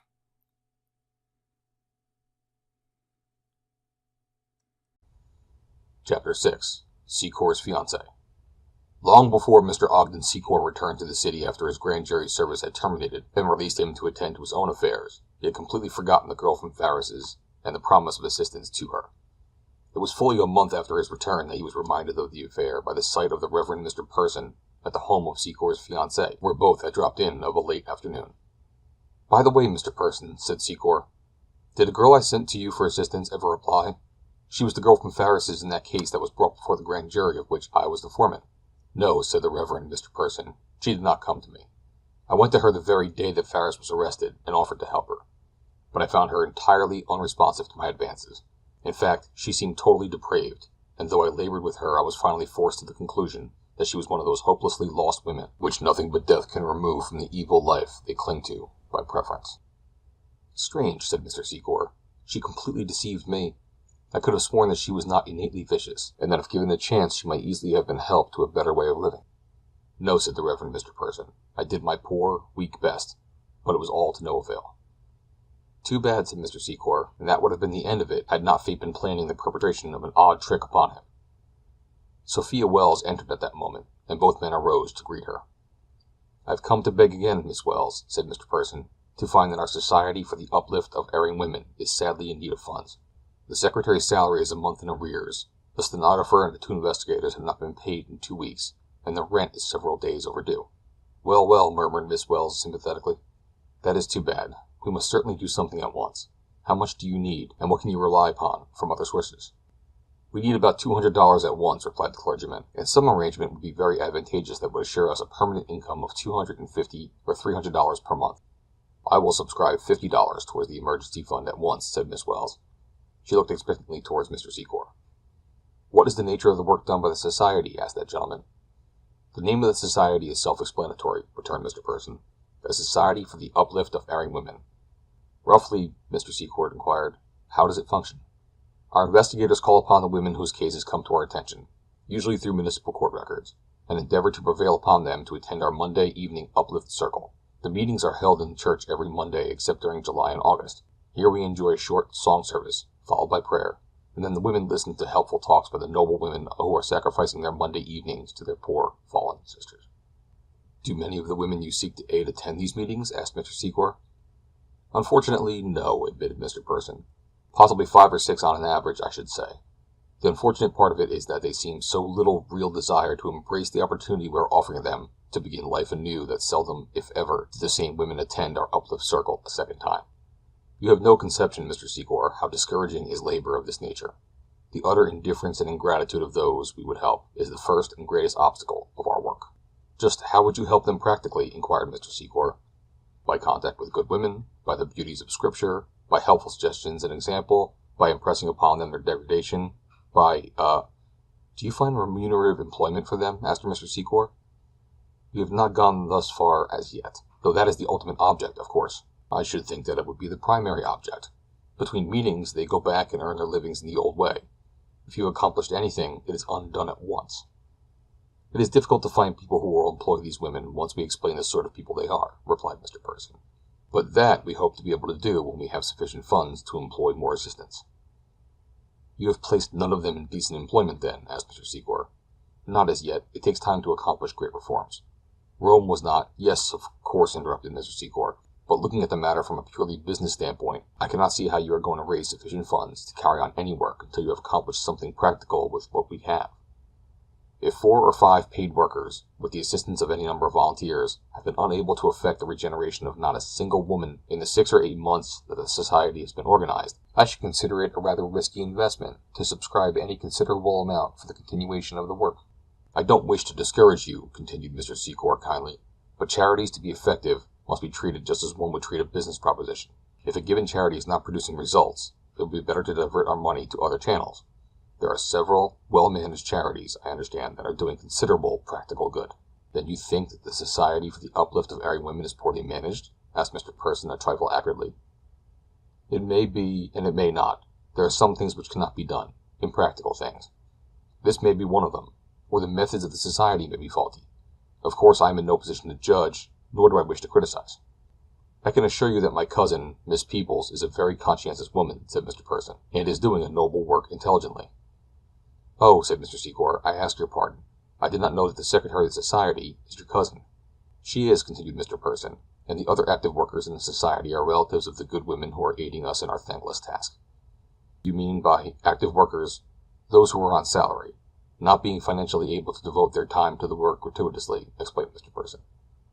"I think," said Miss Wells, "that the society is doing a very noble work under adverse conditions, and that we should do all in our power to help it financially, as well as to give it our moral support. It is very easy, Ogden, to criticize." "I am sorry," said Mr. Secor, "if I seem to disparage the work of the society, but knowing as I do that it is rather a pet of yours, Sophia, I wanted to do something really worthwhile for it, if my money would do any good. There is no value in throwing money away for sentiment when there are so many places where it can be used for practical advantage. I should like very much to talk with Miss Peebles, and if I find that there is a good foundation for the belief that fallen women can be really saved or benefited through your organization, I shall be most happy to subscribe towards an endowment fund, and influence my friends to do likewise." "That is very kind of you, Mr. Secor," said Mr. Purson, relaxing as he scented a substantial donation.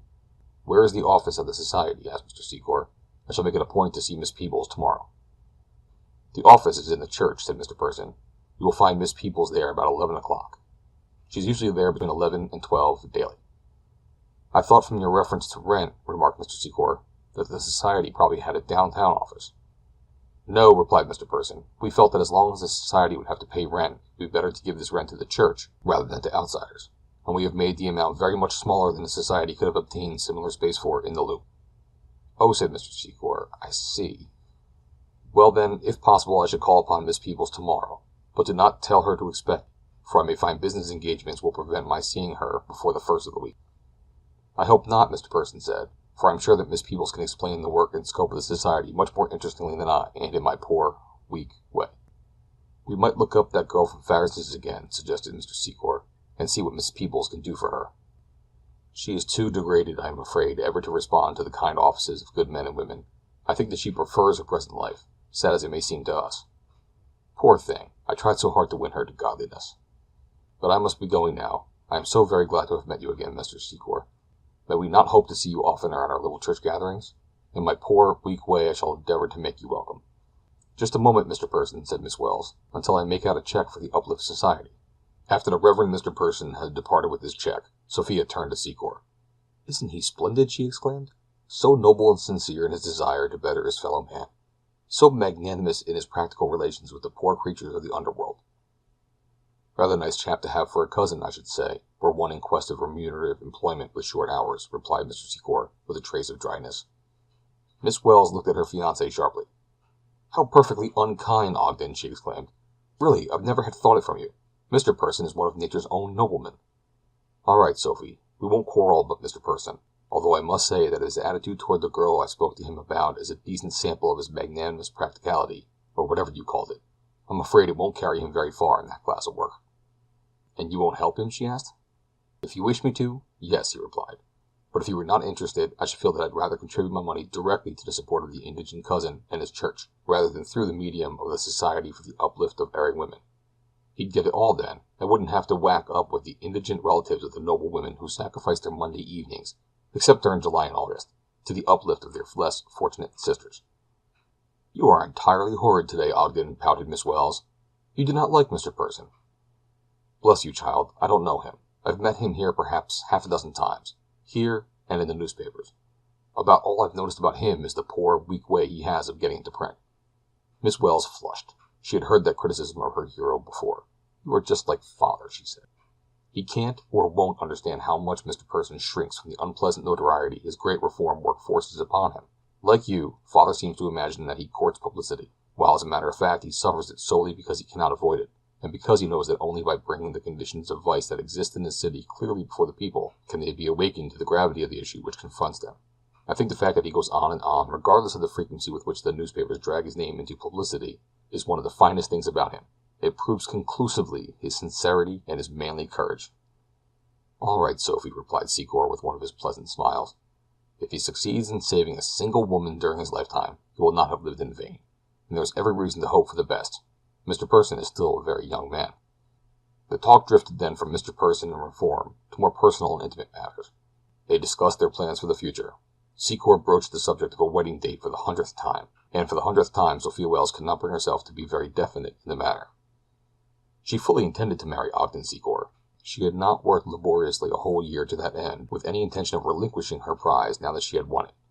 But Miss Wells was in no great haste to wed. She loved Secor as well as she knew how. He was quite good looking, had plenty of wealth, and a social position second to none in the city. Had he had nothing but the social position, Miss Wells could not have found in her heart to give him up. But with such a combination of assets, he was by far the best catch in many a season. She had come from a small Indiana town where her father had made several fortunes in the automobile industry, saving them all and investing them wisely. She did not need to marry for money, though an alliance that would combine the wealth that would one day be hers with that of a wealthy husband was not to be ignored. What she did need was a stepping stone to the social position she craved, but could not attain on the strength of her own name. Both she and her mother considered Ogden Secor an ideal stepping stone, though neither had ever mentioned such a thing to the other.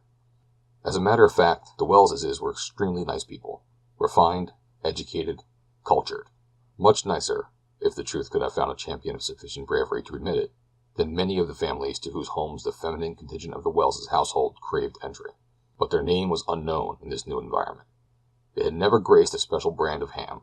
It had never been intimately related, and for generations, with the filth and crime of the politics of the municipality. It did not blazon itself before the public eye from above the doorways of 110-cent lunch counters. No, the Welleses were new, unknown. They did not belong. But they meant to. Ogden Secor had always known nice girls, pretty girls, rich girls.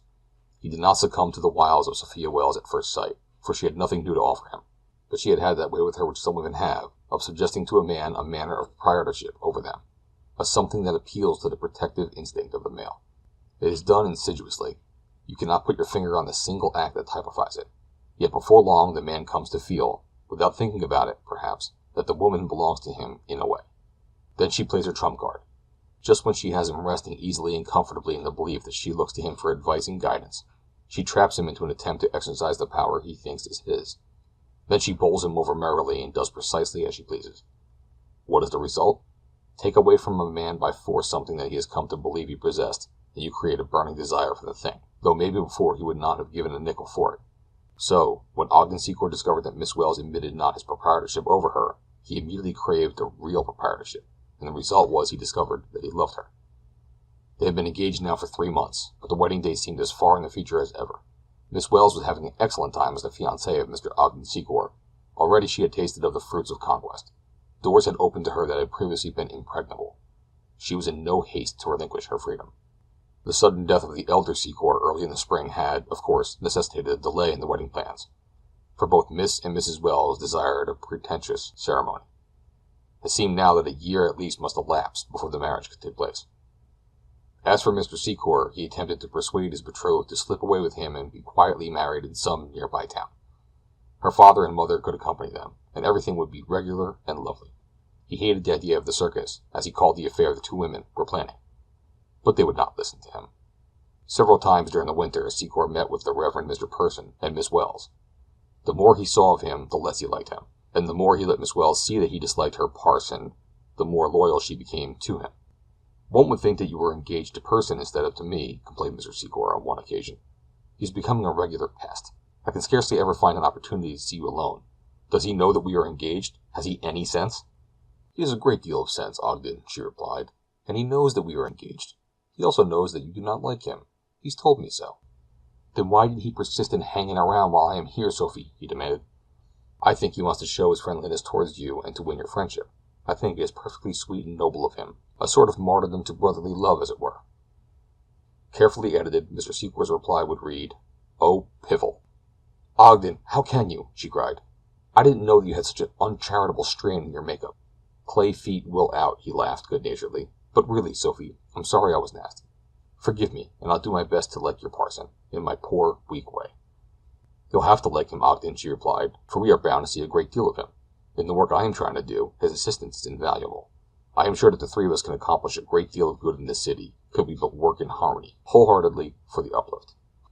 "Anything to make you happy, Sophie," he said, and then the conversation turned to other things. When he left, she watched him as he walked to the curb and entered his car. Miss Wells was very proud of her fiance. She noted his splendid carriage, his strong face and well-set head, and then she sighed. She wished that he understood her hopes and aspirations, and was in sympathy with them as was, well, Mr. Person, for example. He understood.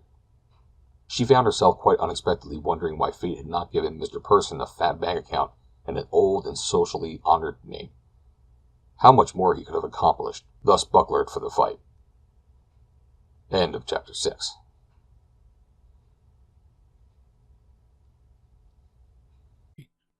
Chapter 7. June's Employer. Late in December, Mr. Secor was called to New York on a matter of business. "I'll be gone 2 or 3 weeks, Stickler," he said to his office manager, "and it'll be an excellent time to break in Miss Smith's successor. She'll be with us until the 1st of January, and that'll give her time to coach whoever you employ in her stead. Be sure you get a young woman of intelligence, and have her well versed in her duties before I return. I won't want to have to suffer the sorrows incident to breaking in a new stenographer myself, with a bunch of accumulated matter piling up and waiting for me." "Yes, sir," replied Mr. Stickler. "I'll see that you have a second Miss Smith if there's one to be found in the city. Too bad she had to go and get married just when she was becoming invaluable."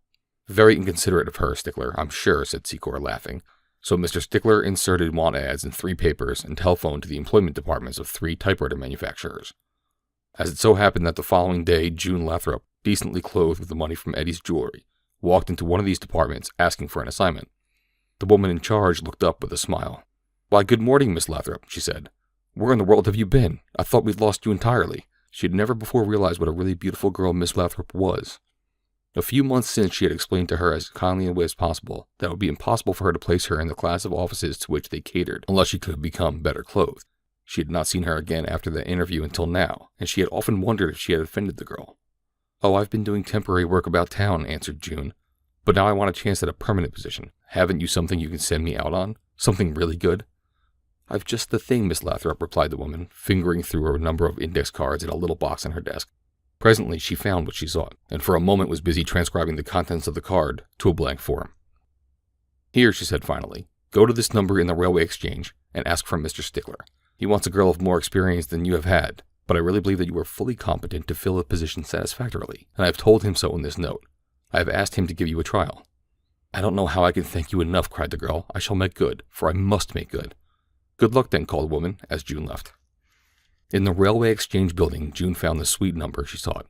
The door to the main office was open, and she did not see the lettering upon it as she entered. She wondered what the nature of the business might be, but that it was profitable was evidenced by the thick carpet upon the floor of the outer office, and by the simple elegance of the desks at which a number of clerks were working. At the information desk, June asked for Mr. Stickler, presenting her note of introduction to the office boy in charge. He was a tall, somber youth of 16 who looked fully 21. He eyed June from beneath stern brows, and then slunk silently toward the mahogany door upon the opposite side of the general office. Here he turned cautiously to cast a sudden, veiled look of suspicion in the girl's direction. "How perfectly weird," she thought. "He makes me feel as though I were a sneak thief." 3 minutes later, June turned with a little jump to find the young man standing just behind her, scowling down upon her in the most malevolent manner. He had left the private office by another door and entered the reception hall from the main corridor of the building. "Oh," she exclaimed, "you startled me." The youth almost smiled. "Come," he whispered, "follow me," and on silent feet he led her toward the private office across the room.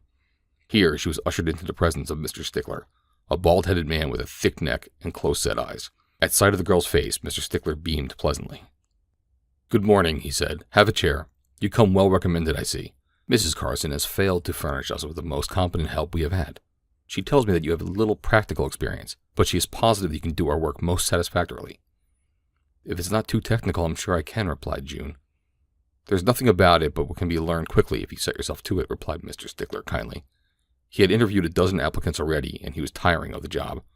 This was the first who had been good to look at, and good looks were a primary requisite to employ under Mr. Stickler. June's face had won more than half the battle for her. "Would you mind taking a little dictation now and transcribing it for me, as a sort of test, you know?" he asked. "Not at all. I should be very glad to," she replied. "Good," he exclaimed. "There are many applicants who will not take a test. They say it is unfair." "It is as fair for one as another," she replied. "I cannot see how you are to judge as to my qualifications in any other way." Mr. Stickler drew a notebook and pencil from his desk, and June removed her wraps and gloves. For 5 minutes he dictated continuously and rather rapidly, but he enunciated his words distinctly, and not once did June find it necessary to stop him or ask for repetition. When he had finished, he sat back in his chair and smiled at her.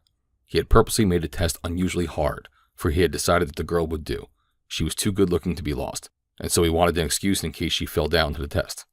If he had made it exceptionally difficult, it would not prove that she was incompetent should she make numerous errors. For even an easy test is a nerve-wracking experience, and the best of stenographers often fall down through nervousness. Of course, if the result proved that she was absolutely hopeless, he could not employ her, but if she showed the slightest indication of ability, he would give her a trial. "You think you got it?" he asked. "Why, of course," she replied, surprised. "Good. I made it as hard as I could. If you can transcribe that with less than 10% errors, you'll be doing splendidly for one entirely unaccustomed to my dictation and the terms I used." "Where can I find a machine?" she asked. Mr. Stickler touched a bell. "Miss Smith," he said to the young lady who entered in response to his summons, "this is Miss Lathrop. She had just taken a test. Will you let her use your machine, please, to transcribe for a few minutes?" "Certainly.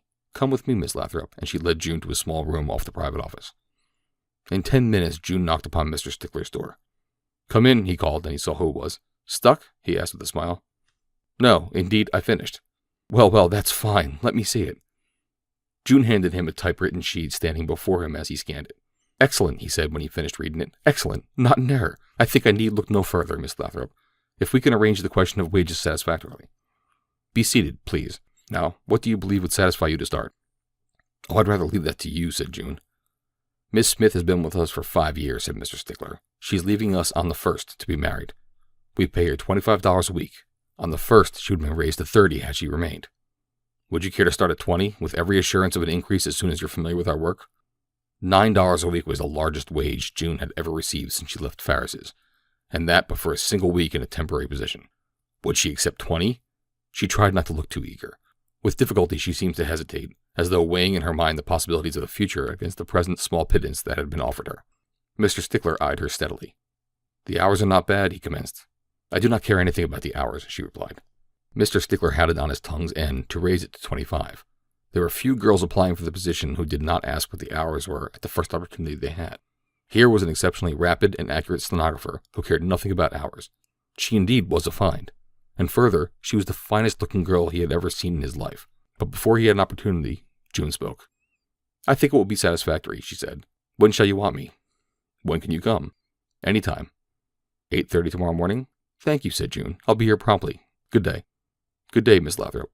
In the reception hall, the furtive-eyed office boy shot a keen glance at the young woman through half-closed lids as he looked up for some loose, printed sheets over which he had been bent in close study. He saw her glance at the name on the door, which was now visible to her as she approached the doorway. He saw her give a sudden start and pale as though she had seen a dead man. Her hands went suddenly to her breast, and she stood wide-eyed, gazing in horror at the neat, black lettering of the name. Then she caught the boy's eyes upon her, and with a little effort she regained her composure and walked calmly from the office. "John Secor & Co.," she murmured to himself. "My God, I can never do it." But she did, and the next morning found her at work in the mahogany-furnished inner office of John Secor & Co. The girl could not recall that she had spent such another night of indecision and anguish for many a long month, until, with the close approach of dawn, she had determined to stifle the sorrow and loathing that thought of constant employment in that office induced, and take the position. The $20 a week meant to her, possibly, life itself, as well as the means of pursuing the straight and narrow path upon which the young man smiled had set her feet. She had often wondered about him, and if she should ever see him again. Some day she would like to thank him, she felt, for what he had done for her. Doubtless he had forgotten both her and the incident. She rather hoped he had. With her first week's pay, June partially repaid Eddie the Dip the money he had loaned her. For this purpose, she met him at a little joint around the corner where one can feed up swell on 2 bits. Eddie was apparently as delighted with June's success as she herself, and that his pleasure was sincere was evidenced by the genuine disinclination he showed to accept a return of his money. But the girl insisted, and at last Eddie took the bills reluctantly. In the far corner of the dingy restaurant, a heavy man sat alone at a little table. He had been buried in the evening paper as the two had entered, so he had not noticed them. When finally he looked up, running his shrewd eyes quickly about the room, he recognized Eddie the Dip, who sat facing him upon the further side of the eating place, near the cashier's desk. No changed expression marked his recognition. Immediately he resumed his paper, turning in his chair so that while appearing to be reading, he might surreptitiously watch the newcomers through the fly-specked mirror that circled the room above the wainscot.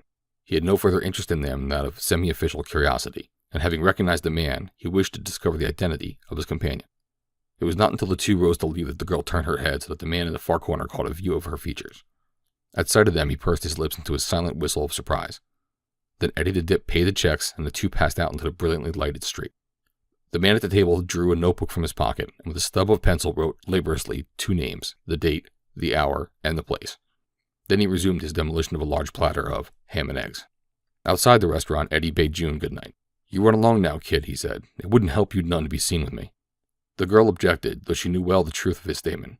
He alone in all the great city had evidenced disinterested friendship in her and had given her real and substantial aid when she most needed it. Her sense of gratitude and loyalty was strong, and she would rather have missed almost anything than to have hurt the young man's feelings. Doubtless, Eddie guessed the truth of her sentiments, for he was firm in his insistence that she run along home. "You've been so good to me, Eddie," she said. Forget it," admonished the Dip. "What's money for, anyway?" "It's not the money I was thinking about," she replied, "though, of course, I could have done nothing without it. It's that you were willing to believe that I wanted to be on the square, that I could be, and were willing to help me without," she hesitated, "without expecting anything in return. Have I ever done anything to you, Mag?" he asked with a laugh, "that gives you any license to class me with them Commonwealth Avenue or Lakeshore Drive guys?"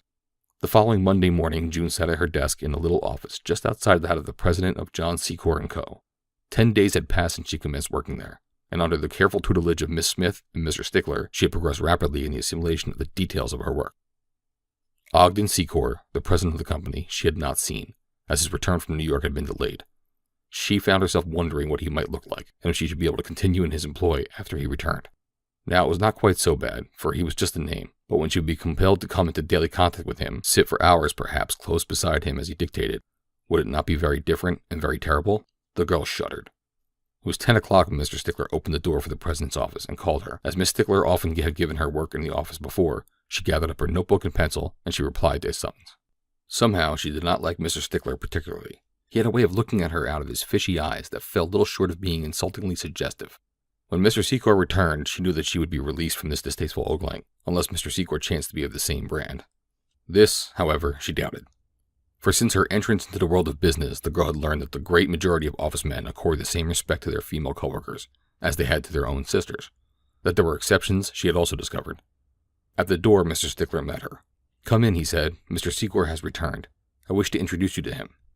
June felt suddenly all cold. She had known this must come sometime, but to that very instant she had not dreamed how terribly she dreaded the ordeal. Her heart seemed to go dead within her, and it was with difficulty that she raised her eyes to the face of the man who had risen courteously at her entrance. That she knew he had never before set eyes upon her did not lighten her burden of apprehension. It seemed that he must read the tragic truth that ran screaming through her brain. And then at last she looked at him, the pleasant, honest smile, the cordial, outstretched hand. From cold she went hot. Could such a frightful contretemps actually occur in real life? The man before her, her employer, was the young man whose kindly words had set her upon the road of righteousness. Would he remember her? End of Chapter 7.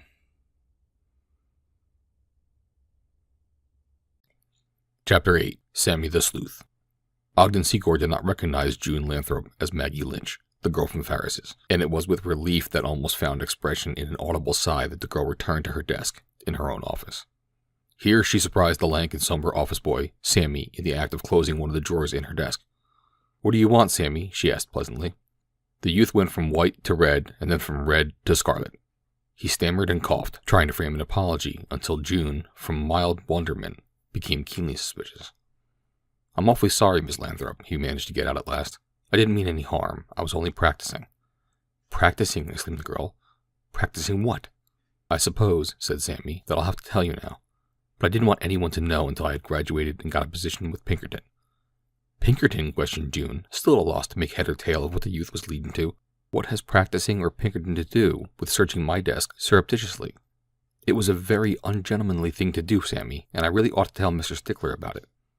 Oh, please don't do that, wailed Sammy. Please don't, and I'll tell you all about it. All right, said June. Now tell me. You see, said Sammy nervously, I'm taking a correspondence course in a detective school, and a part of each lesson is to put into practice what I've learned in former lessons. Just now I was practicing searching a burglar's flat. Almost every day I practiced shadowing. Shadowing? Exclaimed June. What is shadowing? How do you do it? Oh, it's easy, replied Sammy, his confidence returning as he discovered that June appeared to have forgiven the liberties he had taken with her desk. You see, he continued, a detective has to be able to follow a suspect all over without being seen himself. I practice on lots of people, Mr. Stickler, Mr. Secor, Miss Smith, and the rest of them. When they go to lunch, I shadow them, a different one nearly every noon. Friday, I shadowed you, right into the lunch club on Wabash Avenue, and ate at a table behind you, and followed you back to the office, and you never got on to me at all. Ugh, shivered June. How uncanny. Don't you ever dare shadow me again, Sammy. Promise me. And Sammy promised. After the new stenographer had left his office, Ogden Secor tried to recall where he had known her before. He was positive her face was familiar, and connected her with some event in his life that was none too pleasant. But try as he would, he could not place the girl. At last, he dropped the matter from his mind. For several months thereafter, the routine of June's new life ran on smoothly and uninterruptedly. She saved the major portion of her salary, and once more met Eddie the Dip in a little restaurant that she might pay him the balance of the money she owed him. Daily association with the life of the office of John Secor & Co. and its president eventually dulled the first revulsion she had experienced at thought of taking employment there. She found Ogden Secor all that she had grown to believe him since the day that he had come into her life from out of the grand jury room. Of Mr. Stickler, she grew more and more suspicious. There was no tangible overt act upon his part on which she could put her finger. Nevertheless, she could have sworn, after a month of him, that he was a hunter without the nerve to hunt. He was, she was sure, the sort that would take advantage of her first misstep to snare her, and so, without fearing him, she watched him and herself, lest he might find some pretext upon which to make an initial advance toward her. With the exception of Sammy, the office force was most uninteresting to anyone outside themselves. Sammy was a never-ending source of joy to her now that she understood the motives which prompted his stealthy, cat-like tread, his furtive glances, and his highly melodramatic appearances from directions in which one would least expect him to materialize. As June never laughed at him openly, he took a great liking to her, coming to her with his new lessons, and with his hopes and his aspirations. His one and only ambition was to become a Pinkerton man, and he fully believed that once armed with a diploma of the correspondence school to which he paid half his weekly salary, it would be simply a matter of presenting it to the head of the detective agency to ensure him an open-armed reception and an immediate appointment. Didn't the prospectus of the school say so almost in so many words? So secure had June grown to feel in the belief that her old life was absolutely dead and forgotten, and that Ogden Secor would never know that his private stenographer had been an inmate of Abe Farris's, that the shock of an occurrence through which she had to pass 4 months after taking the position all but unnerved her. There was a caller in Secor's office, and as the buzzer upon June's desk sounded, she took up her notebook and pencil to respond as she was called upon to do a dozen times in a day. Scarce as she entered the inner office, however, that her heart seemed to cease its beating. Facing her, and looking squarely into her eyes as she passed through the doorway, sat the Reverend Theodore Person. A look of half-recognition lighted his expression at sight of her.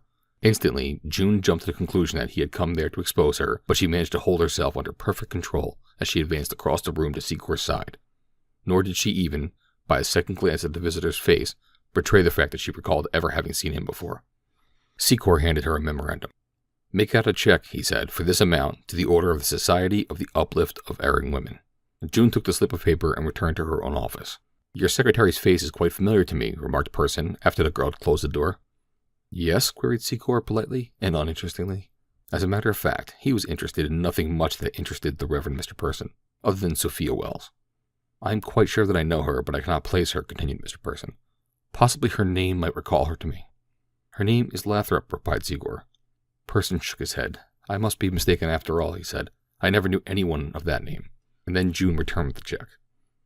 For several days she was in a state of nervous apprehension, momentarily expecting a summons from either Mr. Secor or Mr. Stickler that would close her career with John Secor & Co. But why she should dread discharge, she could not guess, for she no longer felt a single doubt but that she should always be able to find pleasant and lucrative employment.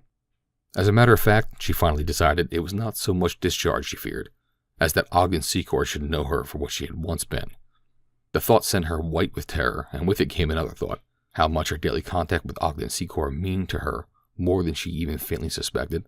Never before had this idea impinged upon her thoughts. She tried to thrust it from her. It was horrible. How horrible only she could guess. And yet, once fastened upon her, it clung tenaciously, a mighty load upon her conscience, a veritable old man of the sea, so that she dreaded coming into Secor's presence for fear he might guess not only her secret, but as well the awful truth which made it the hideous thing it was. Weeks rolled by. September came. June was once more lulled into a feeling of security. Secor was in New York on business. Sammy had been diligently practicing his lessons on thieves' jargon upon June until, convulsed with laughter, she had sent him back to his desk to the outer office. 2 rings of her buzzer called her to Mr. Stickler's desk. That fateful buzzer! Since the day that he had summoned her into the Reverend Theodore Persons' presence, she had never heard it without an inward shudder. To her relief, she found that Mr. Stickler wished her merely upon an unimportant matter of detail. As they talked, Sammy entered, lynx-eyed and pussy-footed. Sammy could not cross the outer office without assuming a Hawkshawian gait that would have turned that worthy sleuth green with envy could he have seen it. "Mr. Stickler," he whispered, "2 harness bulls are looking for you." "Harness bulls?" exclaimed Stickler. "What are harness bulls, Sammy?" "Harness bulls," quoted Sammy from his recent lesson on criminal slang, "are policemen in uniform." The sudden sickly pallor which overspread the face of the office manager did not pass unnoticed by either June or Sammy. "Did they say what they wanted of me?" asked Mr. Stickler, controlling his voice with an effort. Sammy lowered his own to a mysterious whisper. "They want you," he said, "to buy some tickets to the annual policeman's benefit at the auditorium." "Show them in," commanded Mr. Stickler in evident relief. Even the best of men are often obsessed with an inexplicable terror of the minions of the law. "That is all, Miss Lathrop," he added, turning towards June. "You may go." As the girl left Mr. Stickler's office to cross the outer room to her own, she saw 2 burly officers trailing in the wake of the suddenly metamorphosed Sammy. The youth walked with a devilish swagger and outpuffed chest. In his mind's eye, Sammy was leading the trusty bluecoats to the arrest of a gang of counterfeiters whom he had tracked to their hidden lair. As June passed the 3, she glanced casually into the faces of the policemen. As her eyes met those of one of them, it required every ounce of her self-control to hide both her surprise and terror. It was Doherty. A very suave and gracious Mr. Stickler laughed and chatted with the 2 policemen, purchased 10 tickets to the benefit with John Secor & Co.'s money, and passed out a handful of John Secor's cigars. As the 2 were about to leave, one of them turned to Mr. Stickler. "How long have you had Maggie Lynch in your employ?" he asked. "Maggie Lynch?" repeated Mr. Stickler. "We have no one by that name on our payroll." "Well then," said Mr. Doherty, "the young woman who came out of your office just before we came in." "Oh," said Mr. Stickler, "that's Miss Lathrop, Mr. Secor's private stenographer." "Do you know anything about her?" asked Mr. Doherty, "or don't you want to?" "Why, she seems to be all right," said Mr. Stickler, "but we know nothing about her other than she has had satisfactory references from former employers." "Did she bring one from Abe Farris?" asked Doherty with a grin. "Abe Farris!" exclaimed Mr. Stickler, and there was a little choking sound in his voice that entirely escaped the wily Mr. Doherty. "Sure," said he, and then he leaned down and whispered into Mr. Stickler's ear for a moment. "And," he concluded, "I just thought that maybe Mr. Secor would like to know the training his private secretary has had in the past. You'd better keep an eye on her. Good day, and much obliged to you for taking these tickets." It was not until nearly 5 o'clock that June's buzzer rang again, summoning her to Mr. Stickler's office. Already the force in the outer office was preparing to depart for the day. Mr. Stickler wished to dictate an important letter, though, to June. After he had commenced, it had seemed rather too trivial for an overtime epistle. For 15 minutes, Mr. Stickler dragged out in his monotonous dictation. Then he rose and went to the door of his office. All had departed. The office was empty. He returned to his desk. "Miss Lathrop," he said, "I have always liked you. In fact, I've grown very fond of you since you had been with us. I've been thinking that I must ask Mr. Secor to increase your salary. But before I do so, I should like to feel that we are good friends. Very good friends indeed. For only in connection with the most harmonious relationship may we work together to the best advantage." June was at a loss to guess what the man might be driving at. All she knew was that she did not like the sly expression on his little, close-set eyes, or the familiar manner in which he was hitching his chair close to hers. "I am afraid that I do not quite understand you," she said, her tone respectful but cold and keen as a razor's edge. "I mean," said Mr. Stickler, "that I would like to see more of you outside of business hours. It would mean a lot to you in the way of advancement," he hastened to add as he saw the steely glitter that leapt into her eyes at his words. Mr. Stickler realized that never before had he seen anyone quite so majestic or quite so beautiful. "Fortunately," she said, "Mr. Secor will return tomorrow. Otherwise, I shall leave at once. I shall not work another day in the same office as you, and tomorrow I shall give you an hour after Mr. Secor returns to tell him precisely what has passed between us in this office. Then I shall go to him with my resignation and tell him myself." Mr. Stickler went white with fear. He knew that the girl would do just what she threatened, unless— He glared at her and caught at the one straw that could save him. "What else will you tell him?" he asked. "What else will Maggie Lynch tell Mr. Ogden Secor?" It was June's turn to pale. Stickler saw the color leave her face and took advantage of the point in his favor. "Come," he said, "be a good fellow. I don't want to be hard on you, and I'll forget all I know about Maggie Lynch and her job at Abe Farris's if you'll treat me right. Let's forget we've had any unpleasantness. We'll go over to the Bismarck and have a bite to eat and talk it over. Come on, little one, be a sport." The sneer on the girl's lips was sufficient reply to Mr. Stickler's suggestion. As she turned her back upon him and moved toward the door, he sprang to his feet. "Very well," he shouted. "I'll teach you. You're fired. Do you understand? You're fired. I won't have any fast woman in this office, and if you show your face around here again, I'll have Officer Doherty waiting for you." June made no reply. Quietly, she gathered up her personal belongings and left the office. When she had gone, Mr. Stickler banged to the office door and strode angrily toward the elevators. No sooner had he left than a very pale and shaky Sammy emerged from beneath the sanitary filing case in Mr. Stickler's office. He was frightened stiff, but with a grim determination that was upborne by a glorious enthusiasm, he set forth to shadow Mr. Stickler. End of Chapter 8.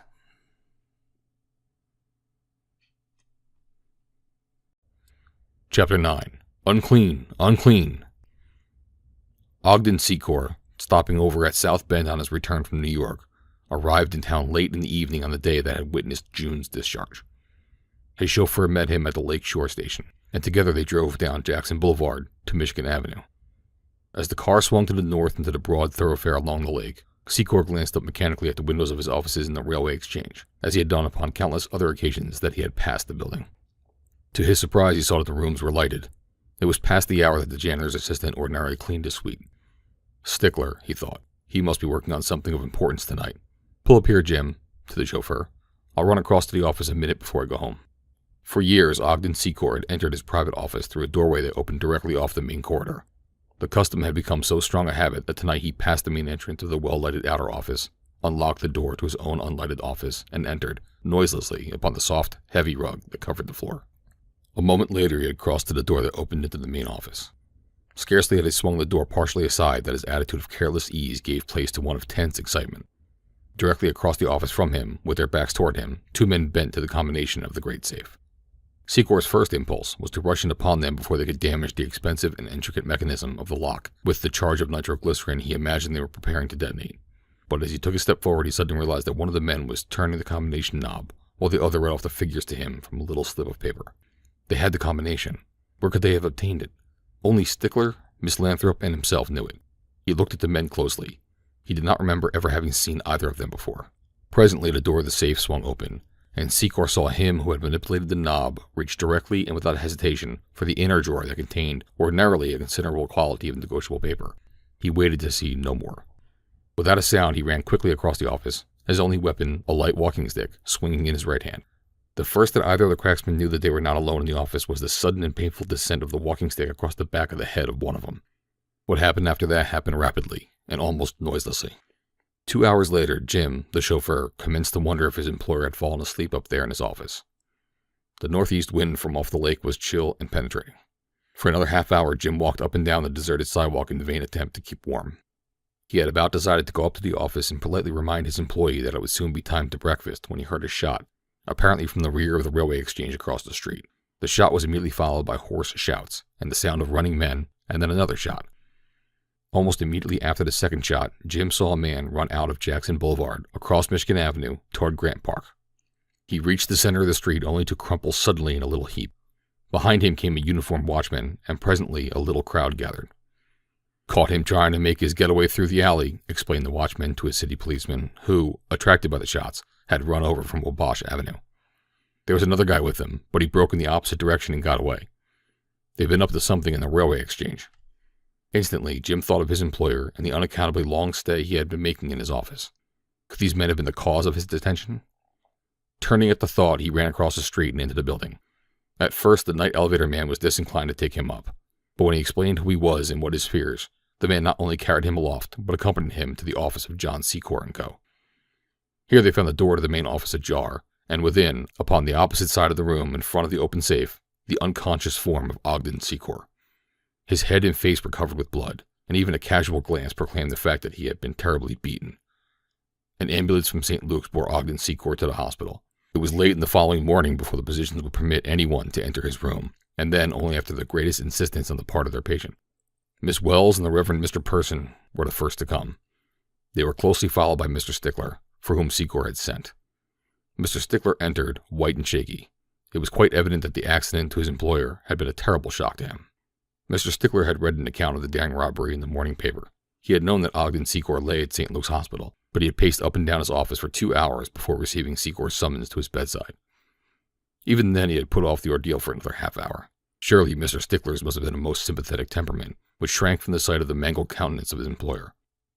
Before he started for the hospital, he used the telephone. "Is Officer Doherty there?" he asked when he had obtained his connection. "Hello, Mr. Doherty. You've read what happened to Mr. Secor last night? And did you notice that the fellow they got, the one who was wounded, had been recognized as a habitue of Abe Farris's?"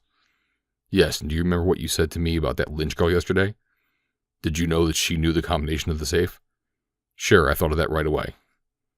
"Yes, you bet. Wait a minute. I've got it here in my file. Here it is. Calumet Avenue," and he gave the number. "She's rooming there. You'd better hurry. You'll be lucky if she hasn't left town already." "What? Oh, I don't know yet. I've been too upset to figure it up, but it must have been close to $25,000. No, bring her right to the hospital. I'll be there."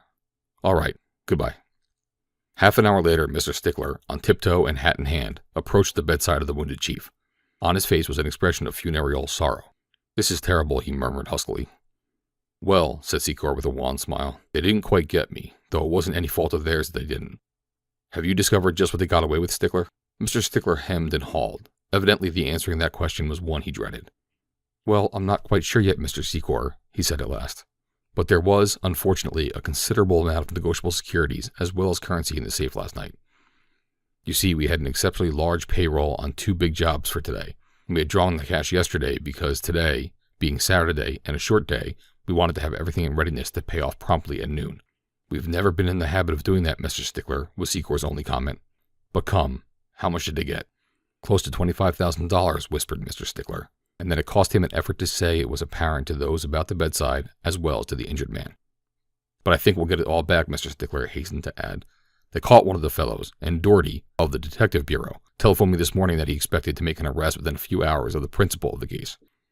"Good," exclaimed Secor, "but I cannot imagine who it could have been, or how they obtained the combination to the safe.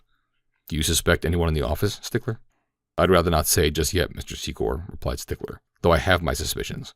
When Doherty comes, I think he will bring a big surprise along with him." "It must have been through the connivance of someone in the office they had already obtained the combination," said Miss Wells. Mr. Person nodded. In the back of his brain an almost dead memory was struggling toward the light. Somehow it was inextricably confused with recollection of the face of Ogden Secor's stenographer, and a haunting, though vague, conviction that he had met the girl before and under no pleasant circumstances. A moment later there came a knock upon the door. Mr. Person crossed the room and opened it, admitting a young woman and a large man. One glance at the latter would have been all sufficient to identify him to one city-bred. There is something about the usual plain-clothes man, whether his build, his carriage, or the way he wears his clothes is difficult to say, that tags him almost as convincingly as would a uniform. "Ah, Mr. Doherty, good morning," purred Mr. Person. He recognized June with an inclination of his head, very slight indeed.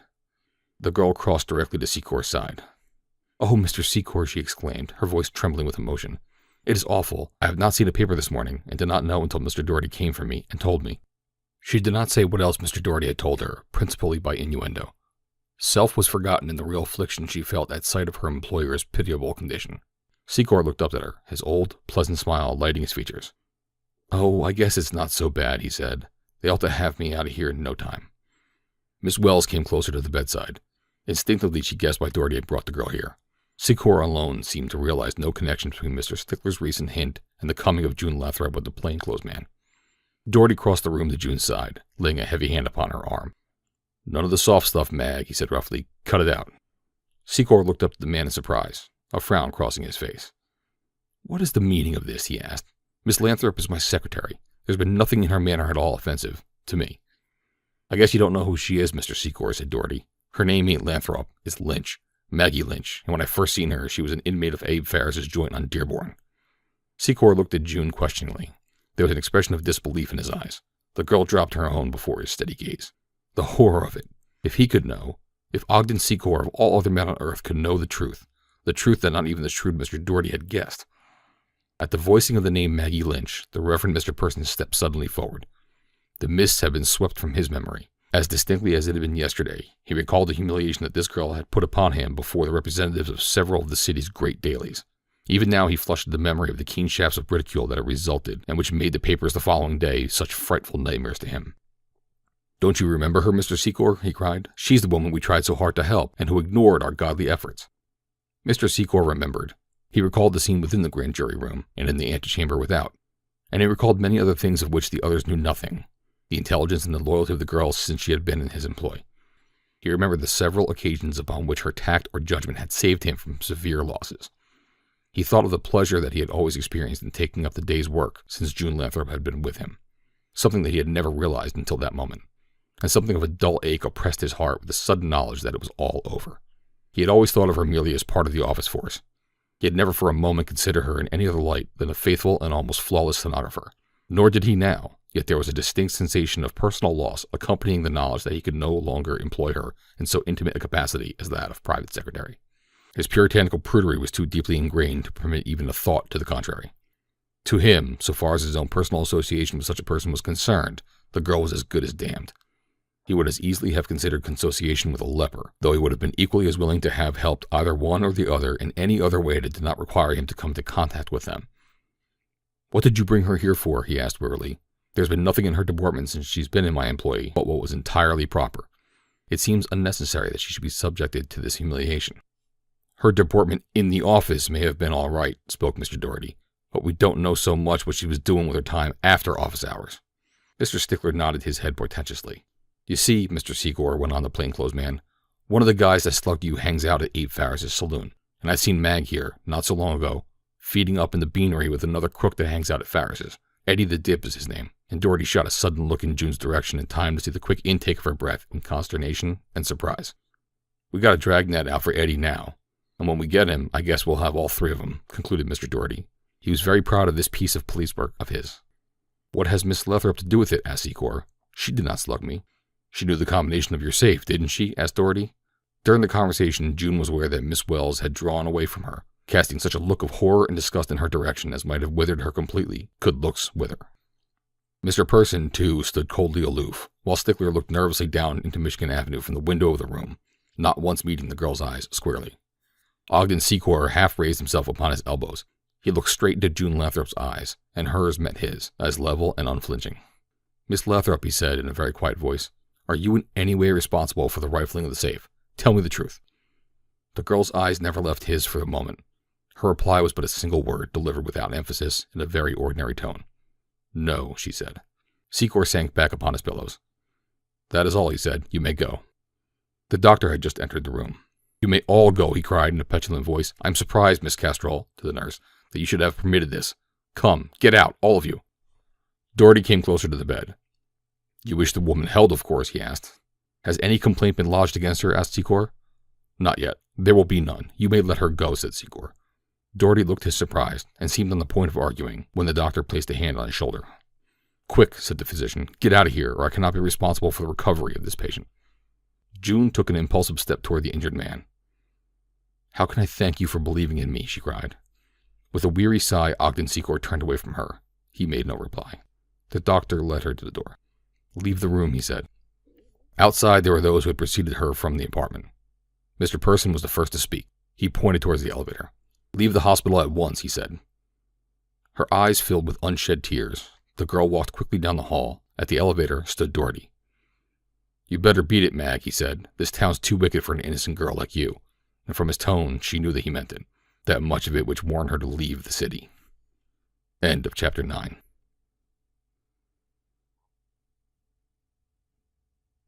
Chapter 10. Rat's Dessert. For a long month, Ogden Secor lay at St. Luke's. Surgeons pulled their whiskers, glaring owl-like at the patient, the while they wondered why the deuce nature had not come to their rescue. At last she did, to some measure at least, and he was bundled off home, weak and broken. They advised him to seek change and rest in a long ocean voyage, but he felt that his business, already long neglected, needed him. Not that he longer found the old keen delight and anticipation of strenuous copying with the storms and buffeting of the commercial world, but rather that habit drove him to it. He found conditions in a frightful muddle. No one seemed to know what had been transpiring in the office, Stickler least of all. Secor did not deem it necessary to question Sammy. It had been better for him had he done so. One of his first inquiries was for Miss Lathrop. Mr. Stickler looked at him in surprise. "Why, I discharged her, Mr. Secor," he said. "You certainly cannot mean that you would have cared to continue her in our employ after learning the reputation she bore." "Reputation?" repeated Secor. "I do not quite grasp you, Mr. Stickler." Mr. Stickler explained. It soon became evident to him that there was something radically wrong with his employer. There was a blank look of utter incomprehension upon Ogden Secor's face. "It is odd," he said at last, "but I do not recall any of the incidences which you relate." "You are quite sure, Stickler?" "Quite sure, sir." As day succeeded day, Ogden Secor realized more and more fully what an unusual secretary Miss Lathrop had been. He no longer mentioned her to Mr. Stickler, but he missed her very much just the same. At times he recalled with a start the things that Stickler had told him about the girl's past, and then he would realize that after all it would have been impossible to have retained her. It was too bad, he thought. Too bad. Such secretaries as she were scarce. As to Stickler's assertion that she had connived with the cracksman, furnishing them with the combination to the safe, Secor would not believe it. Months rolled by. September came again. Long since, Mr. Stickler had realized that his chief's memory was far from what it had been prior to the injuries he had received at the hands of the burglars. Ogden Secor, too, had guessed at something of the sort. He seemed to have lost his grasp. His usually alert mind was no longer equal to the emergencies that were constantly arising in his business. Not only did he find it more and more difficult to close contracts, but those that he did obtain netted him losses now instead of profits of the past. There was a leak somewhere, but Ogden Secor was not mentally fit to discover it. Matters went from bad to worse. His losses on the year's work entailed the necessity of mortgaging the bulk of his real estate holdings to complete the large public works contract in the neighboring city. Unable longer to concentrate his mind upon the work in hand, it ran completely away with him. Stickler assumed more and more the direction of it. High prices were paid for inferior materials and for large amounts that were never delivered.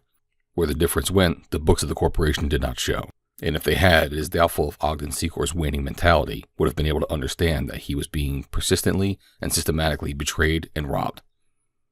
The final blow came when the engineers of the city for which the work was being done refused to accept it on the grounds that scarcely any of the material used was up to specifications. Coincidentally, Mr. Stickler resigned his position with John Secor & Co. to accept the management of a stronger competitor. An expensive lawsuit followed the refusal of the municipality, for which the work had been done, to pay the bill. In the end, Secor lost. Bankruptcy proceedings followed, and on the 1st of the following February, Ogden Secor found himself a ruined man, almost penniless, and broken as well in health and mentality. With the exception of a worthless and barren farm in Idaho and a few articles of clothing, he had disposed of everything he possessed in an endeavor to meet the demands of his creditors. The farm, too, would have gone with the rest had he recalled the existence of it. During the past few months of mental and nervous stress, Secor had seen but little of Sophia Wells. He had not felt equal to the rounds of social activity which constituted her life, nor had he found her generously sympathetic. Now that the end had come, he had sought her, hoping against hope that the ubiquitous Mr. Person would not be present. To his relief, he found Sophia Wells alone. She did not need the evidence of his tired and haggard face to realize the demand that might presently be made upon her sympathy and generosity. She had but just laid aside the noon edition of an afternoon paper in which she had perused the last of the rapidly dwindling references to a failure that had at first occupied a large part of the front pages of many editions. Sophia Wells knew at last that Ogden Secor was a hopelessly ruined man. There was but one thing to do. She must forestall him. "I am glad you have come here today, Ogden," she said with a brief exchange of greetings. "For almost a year now I have had a great load weighing heavily upon my shoulders. Miss Wells did not say upon her heart, and I am only sorry that I did not speak of it long ago, for I can only too well realize the motives that may now be unjustly attributed to me in pressing the subject at this time of temporary financial trouble in which you find yourself. To be quite frank, I discovered long since that my affections were surely directing themselves toward another. I should have told you at once, but I was not sure at first, and I dreaded causing you useless pain." She paused.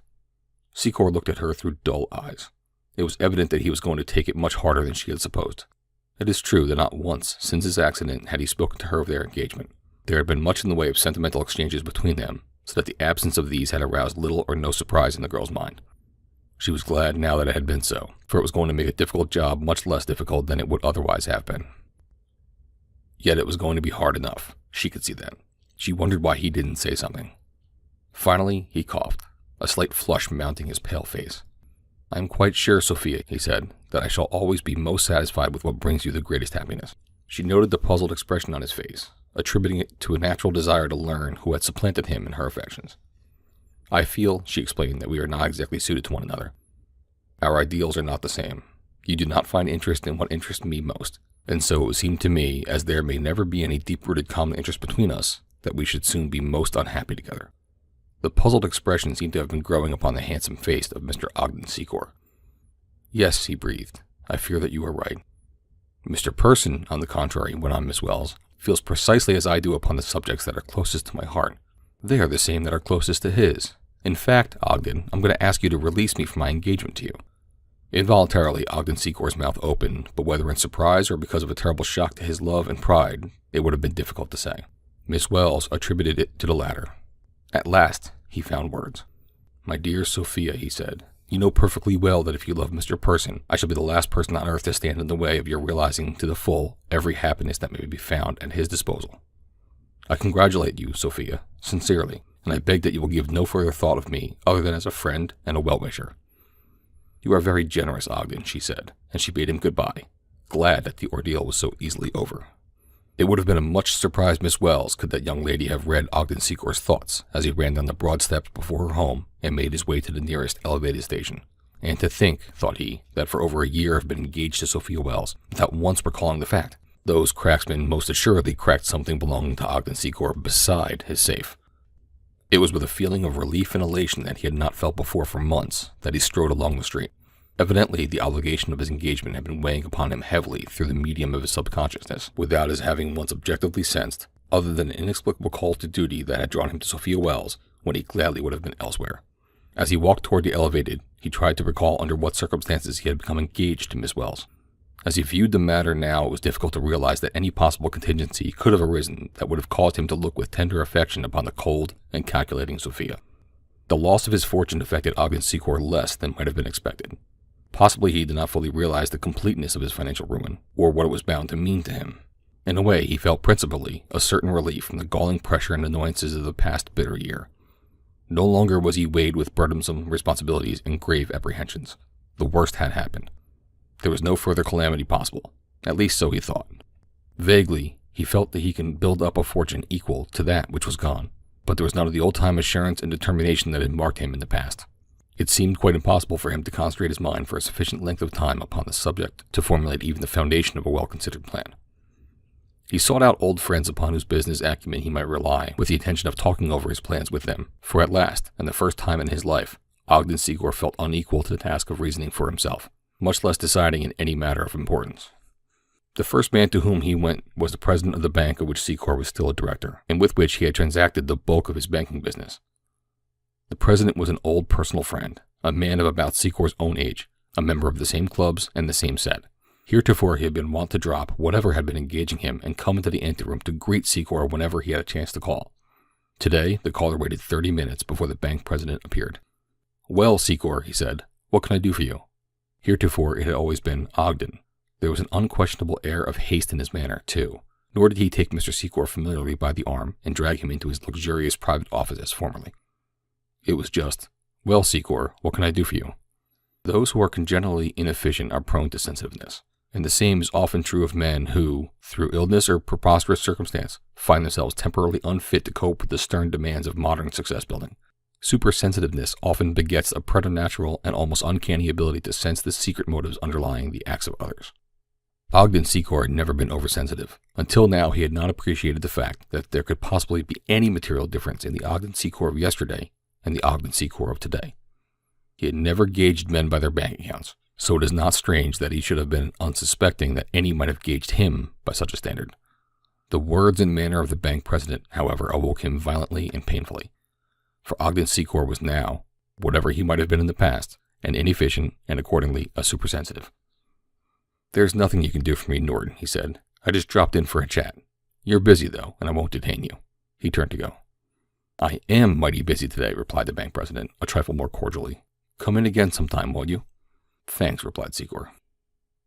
When he reached the street, he found himself cold all over, cold with a heart coldness with which the bleak February northeaster had nothing to do. He did not venture to call upon another friend. Instead, he dropped into a bar on LaSalle Street and took a stiff drink of whiskey. It was the first time he had done that for a longer time than he could recall. The drink warmed him, sending an intoxicating, if artificial, renewal of hope and confidence surging through him. He took another. There was a genial stranger drinking alone at the same bar. He commented upon the severity of the storm. Ogden Secor, friends with all the world now, entered into conversation with him. "Wish I was back in Idaho," remarked the stranger, "where I can get thawed out and see that the sun was doing business at the same old stand." Idaho! It awakened something in Secor's memory. "I thought that it was usually pretty cold there," he said. "Not where I come from," replied the stranger. "I got a little fruit ranch down in the southwestern corner of the state. Greatest little climate in the world, sir. Never gets anywhere near zero, and sunshine. Why, man, you ain't got a bowing acquaintance with old Sol back here. 360 days of sunshine out of every 365. Secor smiled. "You remind me of the boosters of sunny Southern California," he laughed. "Don't," said the Idahoan, raising a deprecating hand. "What I'm telling you is the truth." "What part of Idaho did you say you're from?" asked Secor. "About 10 miles south of Goliath. Goliath's a division headquarters of the short line." "Goliath," repeated Secor. "Why, I've got a ranch around there somewheres myself. Took it on a trade years ago and forgot all about it. 160 acres, I think it was." "Sort of funny for a man to forget a 160-acre ranch," remarked the stranger a bit skeptically. During the following week, Ogden Secor drank a great deal more than was good for him, or for any man. Several times he met old acquaintances on the streets, ever eager now to discover changes in the attitude of former friends. He was quick to note the seeming coldness of their greetings, and the remarkable stress of unprecedented business which invariably hurried them along. After each encounter he sought the nearest bar. His mind was much occupied with thoughts of his forgotten ranch, and when a summons to his attorney's office revealed the fact that the final settlement with the creditors would leave him with several $100s of unexpected wealth, he obtained an advance from them, purchased a ticket for Goliath, Idaho, and shook the grimy snow of the loop from his feet. He hoped forever. End of chapter 10.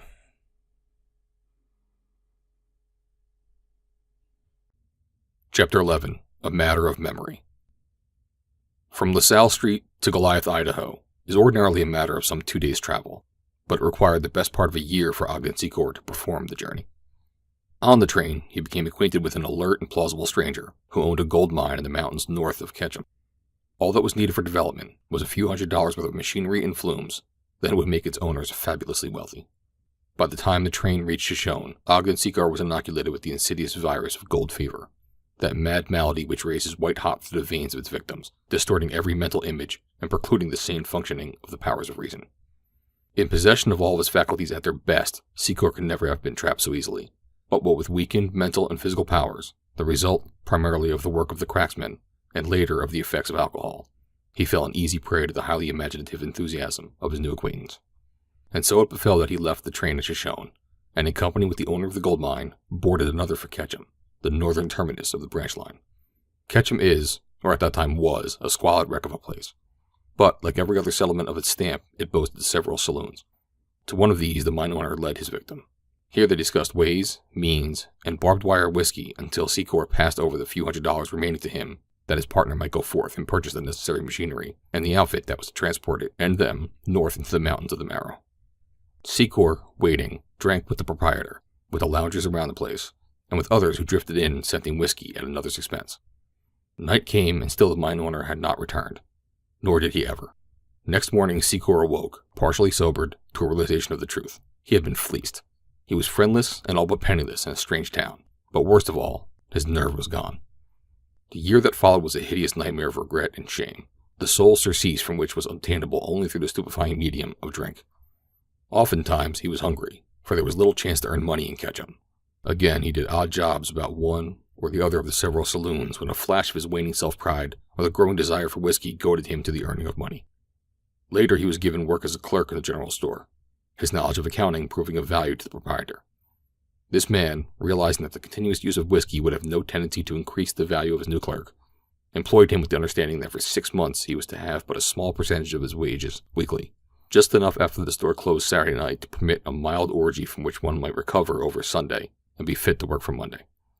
At the termination of 6 months, Secor demanded the balance of his accrued wage and received it. Much to his employer's surprise, he failed to spend it immediately for drink. Instead, he did what he had been planning upon, took the first train south for Shoshone and Goliath. In his mind was a determination to seek his farm and be thereafter independent of any employer. There was, too, the decision to stop drinking, but little did the man realize the hold the sickness had taken upon him. Secor found Goliath a thriving town of 3,000 or 4,000 inhabitants. His first inquiry, notwithstanding his good resolutions, was for a saloon, nor did he have any difficulty in locating several. The tiresome journey from Ketchum had given him far too much leisure with his own gloomy thoughts and vain regrets for company. A little drink would do no harm, and then he would stop. He would never touch it again, but just now his nerves required the stimulant. Then, too, was it not a well-known fact that in too sudden a cessation of the habit lay grave danger? Ah, criminal fallacy. To you how many countless thousand graves owe their poor, miserable inmates? And so it happened that at dusk it was a far from sober man who entered the palace lunchroom in time for the evening meal. As he slouched down upon his stool, his befogged vision struggling with the blurred and scrawly purple of the mimeographed bill of fare, the girl waiting across the counter from him for his order could scarce conceal the disgust she felt at this slovenly and unkempt appearance. She could not see his face while his head was bent low above the greasy card, but she knew that it must be equally as repulsive as his soiled and disheveled apparel. Who would have guessed that this object of the content of a cheap lunch counter waitress in a far western railroad town could have been the spotless Ogden Secor of 2 brief years ago? Presently he looked up into the girl's face. At sight of his features she gave a little involuntary gasp, stepping back at the same time as though to avoid a blow. "'Smatter?" asked Mr. Secor. The girl eyed him intently for a moment, and then with a sigh of relief forced a smile to her white lips. He had not recognized her. "Nothing," she said. "I'm taken that way occasionally." "Heart?" asked Mr. Secor. June Lathrop looked at Mr. Ogden Secor in silence for a moment. "I wonder," she said half to herself, "I wonder if it is he." He gave his order and ate in silence, occasionally casting a furtive glance in the girl's direction. When she brought his dessert, he asked where he might find a comfortable hotel. "I only just arrived," he explained, "and am not familiar with the town." The meal had sobered him a bit, so that he could talk a trifle more coherently.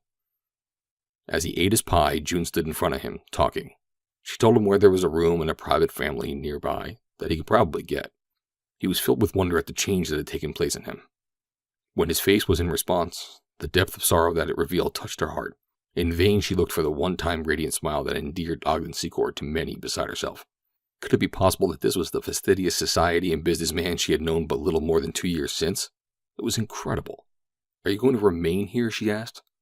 "I guess so," he replied. "I have a ranch around here somewhere. I've never seen it, but I'm going out tomorrow to have a look at it. And if it's all right, I'll sell it here and go to ranching." "Much doing in that line?" "Alfalfa and fruit ranches pay fairly well," she replied. "It depends, of course, on several things. Soil, water rights, and," she hesitated, "the man who's ranching. Farming, nowadays, you know, is something of an exact science. To be a successful man, you must understand that haphazard methods won't work."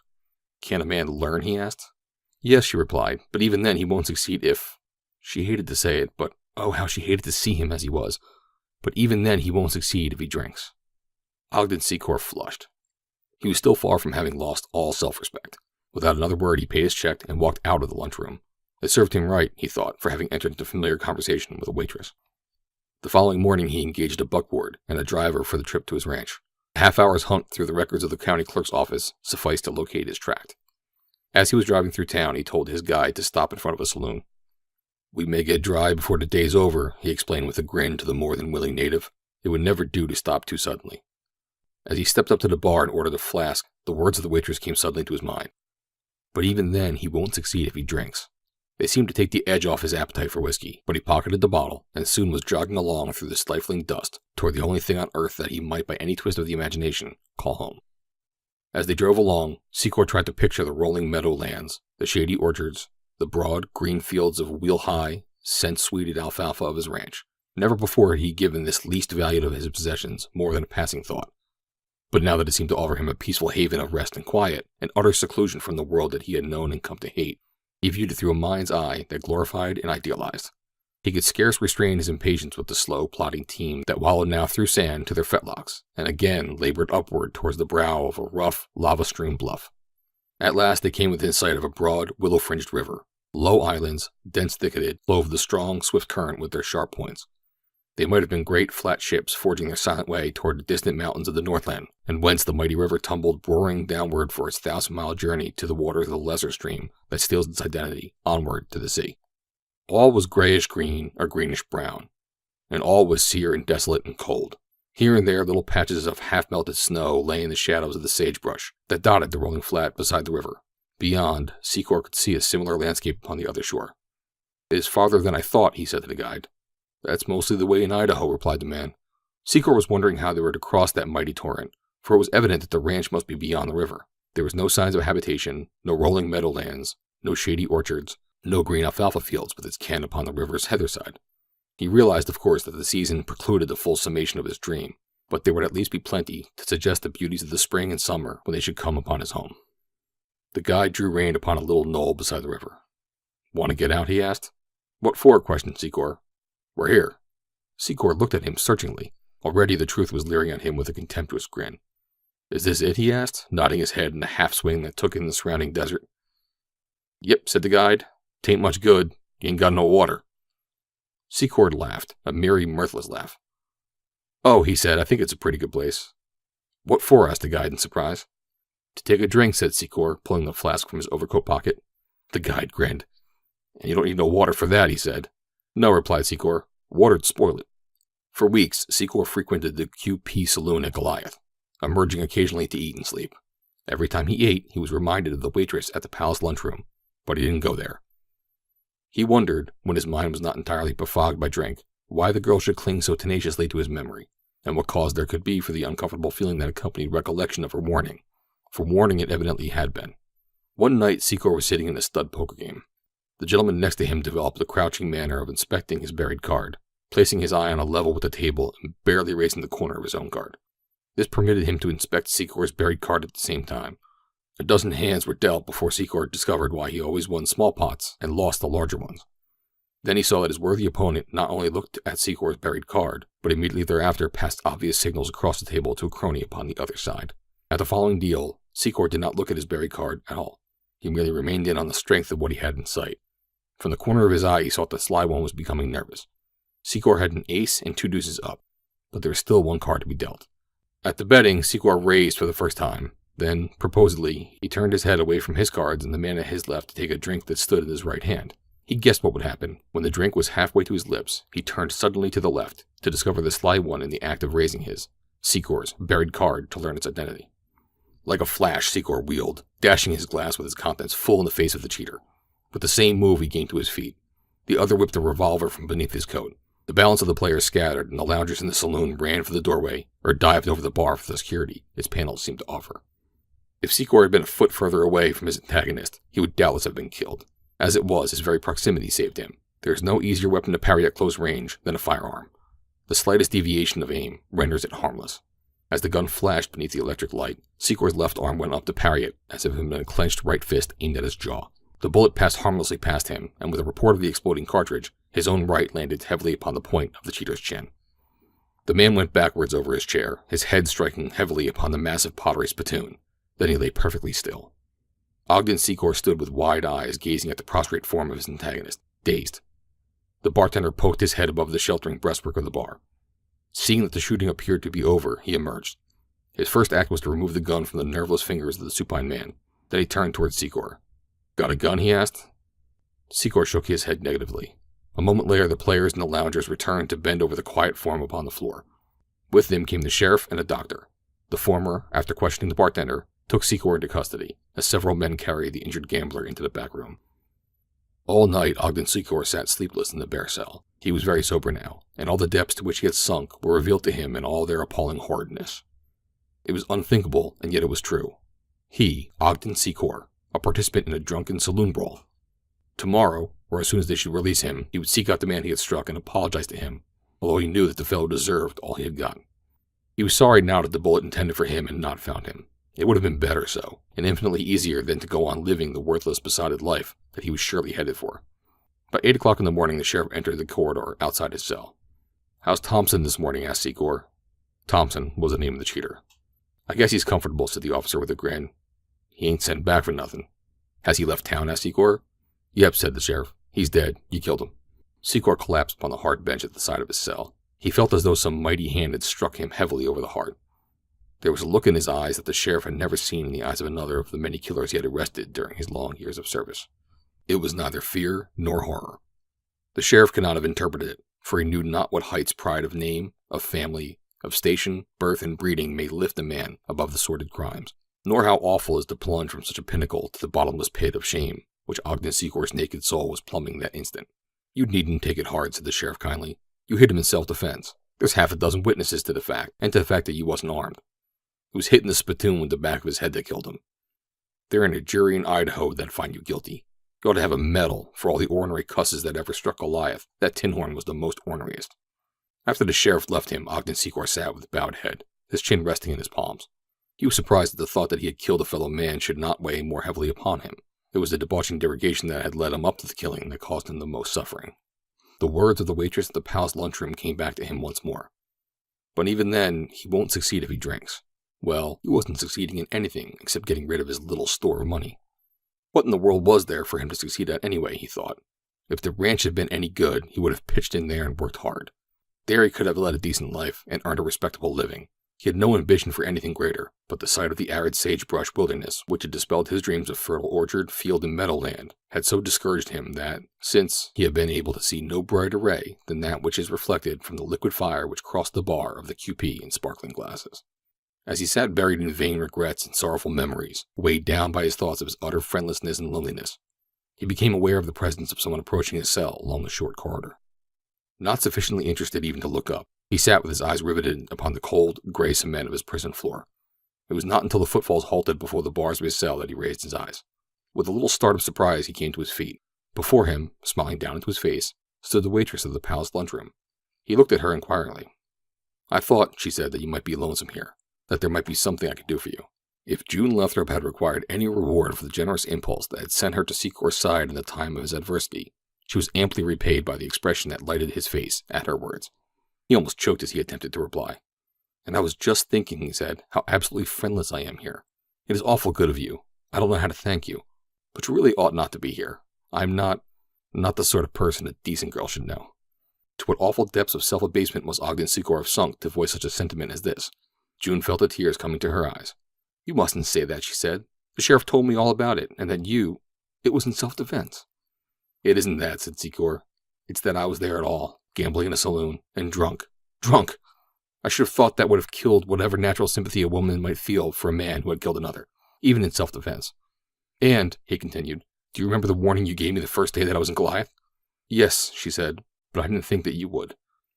"I have, 100 times," he said, "and wondered why I should. I wondered, too, what prompted you. Did I seem as bad as that even then? Or what was it?" She did not dare tell him. He looked at her closely for a moment. "Haven't I known you somewhere?" he asked. She mustered all her courage. It was less on her own account that she dreaded telling him than on his. To be befriended by her might seem the last straw, the final depth, below which there was no sinking. "My name is Lathrop," she said. "June Lathrop." Secor shook his head. "No," he said, "I don't know you, but there's something mighty familiar about your face." End of chapter 11.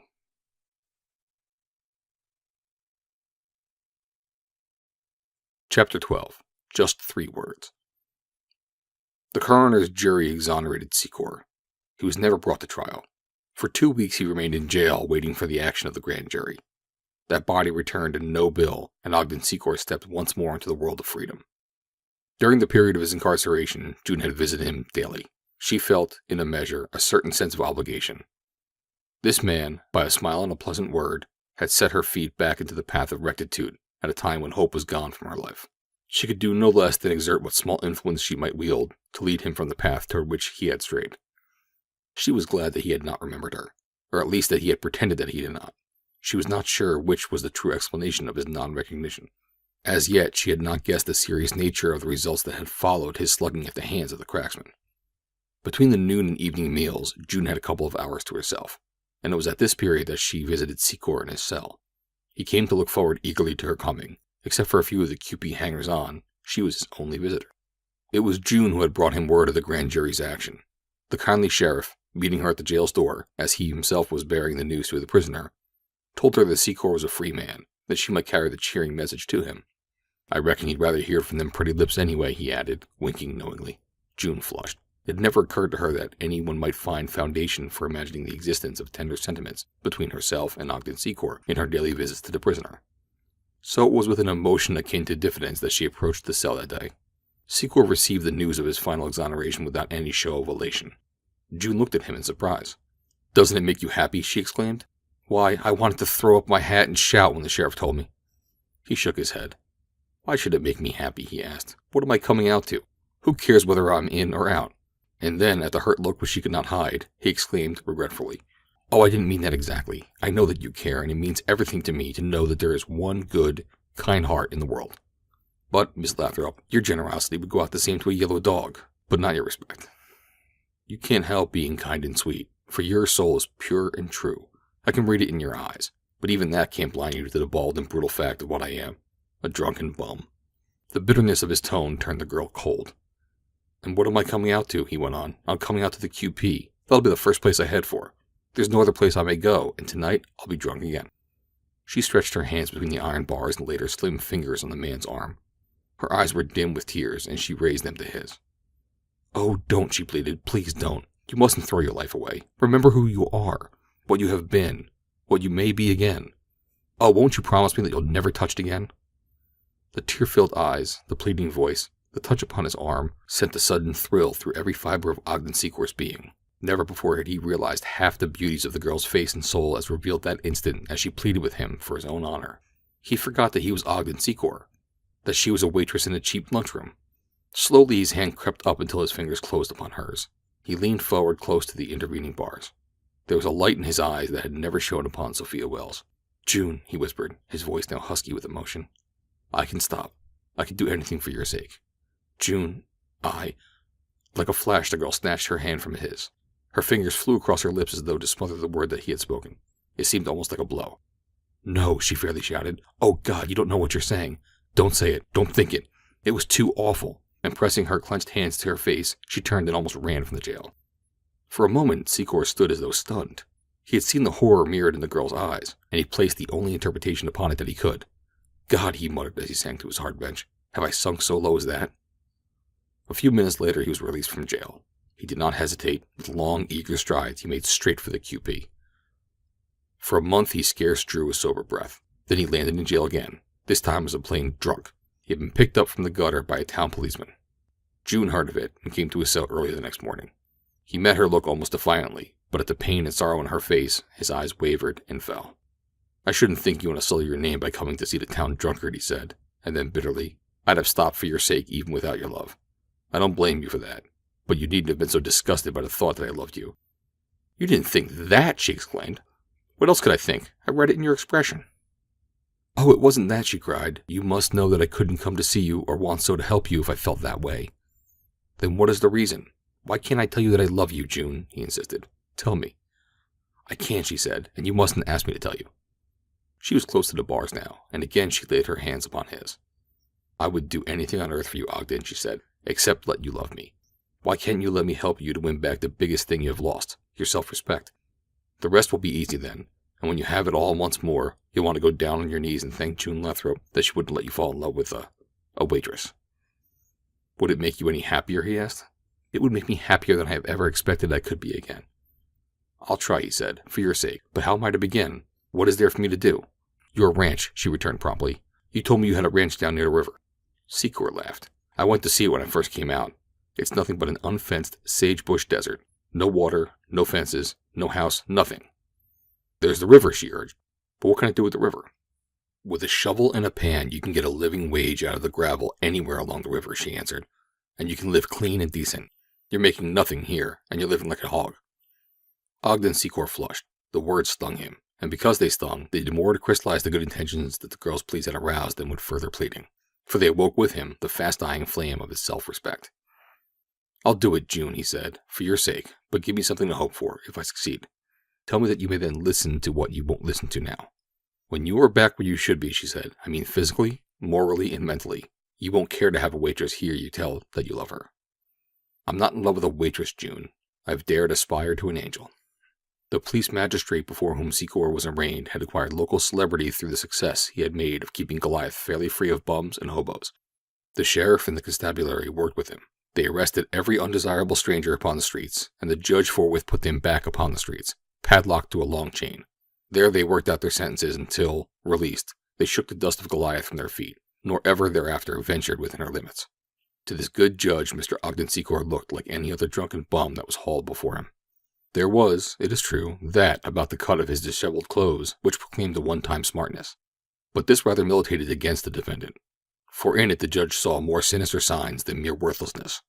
Eastern crooks, he knew, were oftentimes smartly clothed, or the man might have stolen the apparel, which was more likely. 3 days in the chain gang, said the judge. Call the next case. Before those 3 awful days were over, Ogden Secor was more thoroughly sober than he had ever been in all his life, even in the days that he did not drink. He worked with eyes bent upon the ground, never once raising them. Through his mind ran 4 words, the words of hope and encouragement that June Lathrop had spoken. There's the river. But now it was a grim and sinister interpretation that he put upon them. There's the river. He could scarce wait for the knocking of his galling fetters from his ankles. There's the river. Yes, and there, too, lay forgetfulness of the hideous humiliation of these frightful days. June Lathrop saw him in the chain gang, as the motley crew worked upon the streets of Goliath. She turned her head away, lest he should see that she had seen, and hurried to her room, threw herself face down upon her bed, sobbing. Her tears were for him, for the hideous laceration of his pride she could read in the bent head and stooping shoulders. He had looked like an old man, tottering to his grave beneath a hopeless load of shame. God, how he had hurt her! Yet by all the age-old traits that were ascribed to humanity, she, of all others in the world, should have found sinister rejoicing in the suffering of this man. But instead there came to her for the first time a realization of the one thing above all others that might make her life even more miserable than it had been. She loved Ogden Secor. She knew now that she had always loved him, since that day that he had met her in the antechamber of the grand jury room. She saw now why she had set herself to the task of reclaiming him. She saw, too, why she had experienced such horror at the thought of voicing words of love to her. It was because she had loved him, and because in all the world of men and women, he and she had the least right to love one another. When Secor's time in the chain gang was up, June was waiting for him outside the jail. Love had given her the power to read in the humiliation of the man she loved something of the stern resolve that had found lodgment in his mind. Intuitively, she sensed that would be the first impulse of a proud man weakened by dissipation and bowed down by humiliation. She had been a down-and-outer herself. She had been on the verge of the very thing she had guessed Secor to be contemplating. It had come after that terrible morning at St. Luke's, but the memory of Ogden Secor's kindness to her had stayed her hand. Now she would repay him. With head still bowed and eyes upon the ground, he emerged from the jail. When June fell in beside him, he did not look up, though he knew that it was she. Who else was there in all the world that would be seen upon the public streets with him? In silence they walked side by side through the little city, down the dusty road toward the cool shadows of the tree-lined brook that winds along the pleasant valley. Secor moved but with one thought in his mind, to get beyond the sight of his fellow men.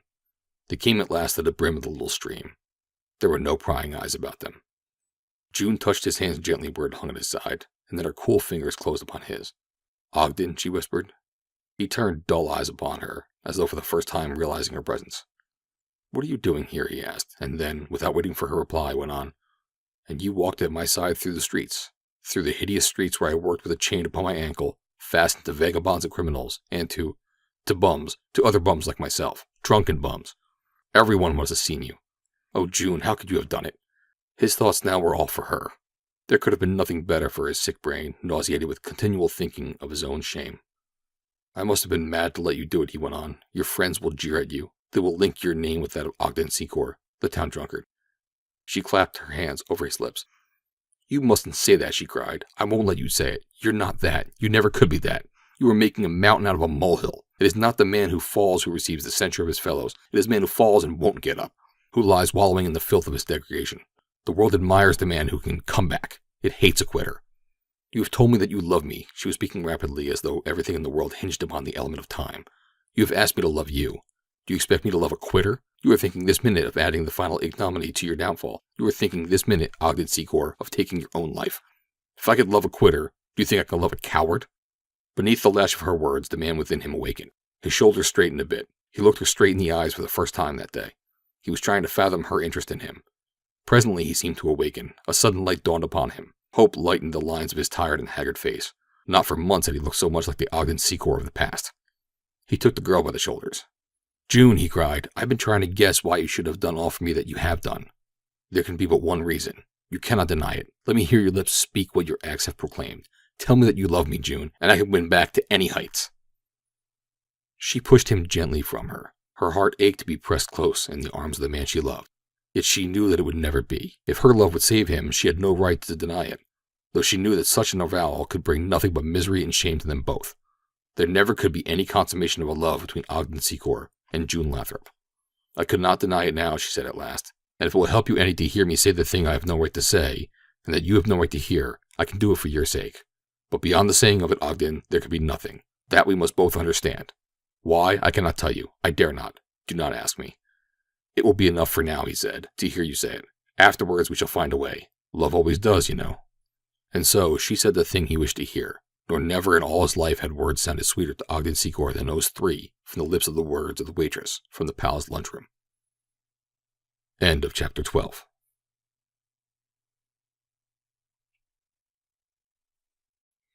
Chapter 13. For the Murder of. For a year, Ogden Secor toiled at his lonely camp beside the big river. His shovel and his pan and his crude rocker were his only companions.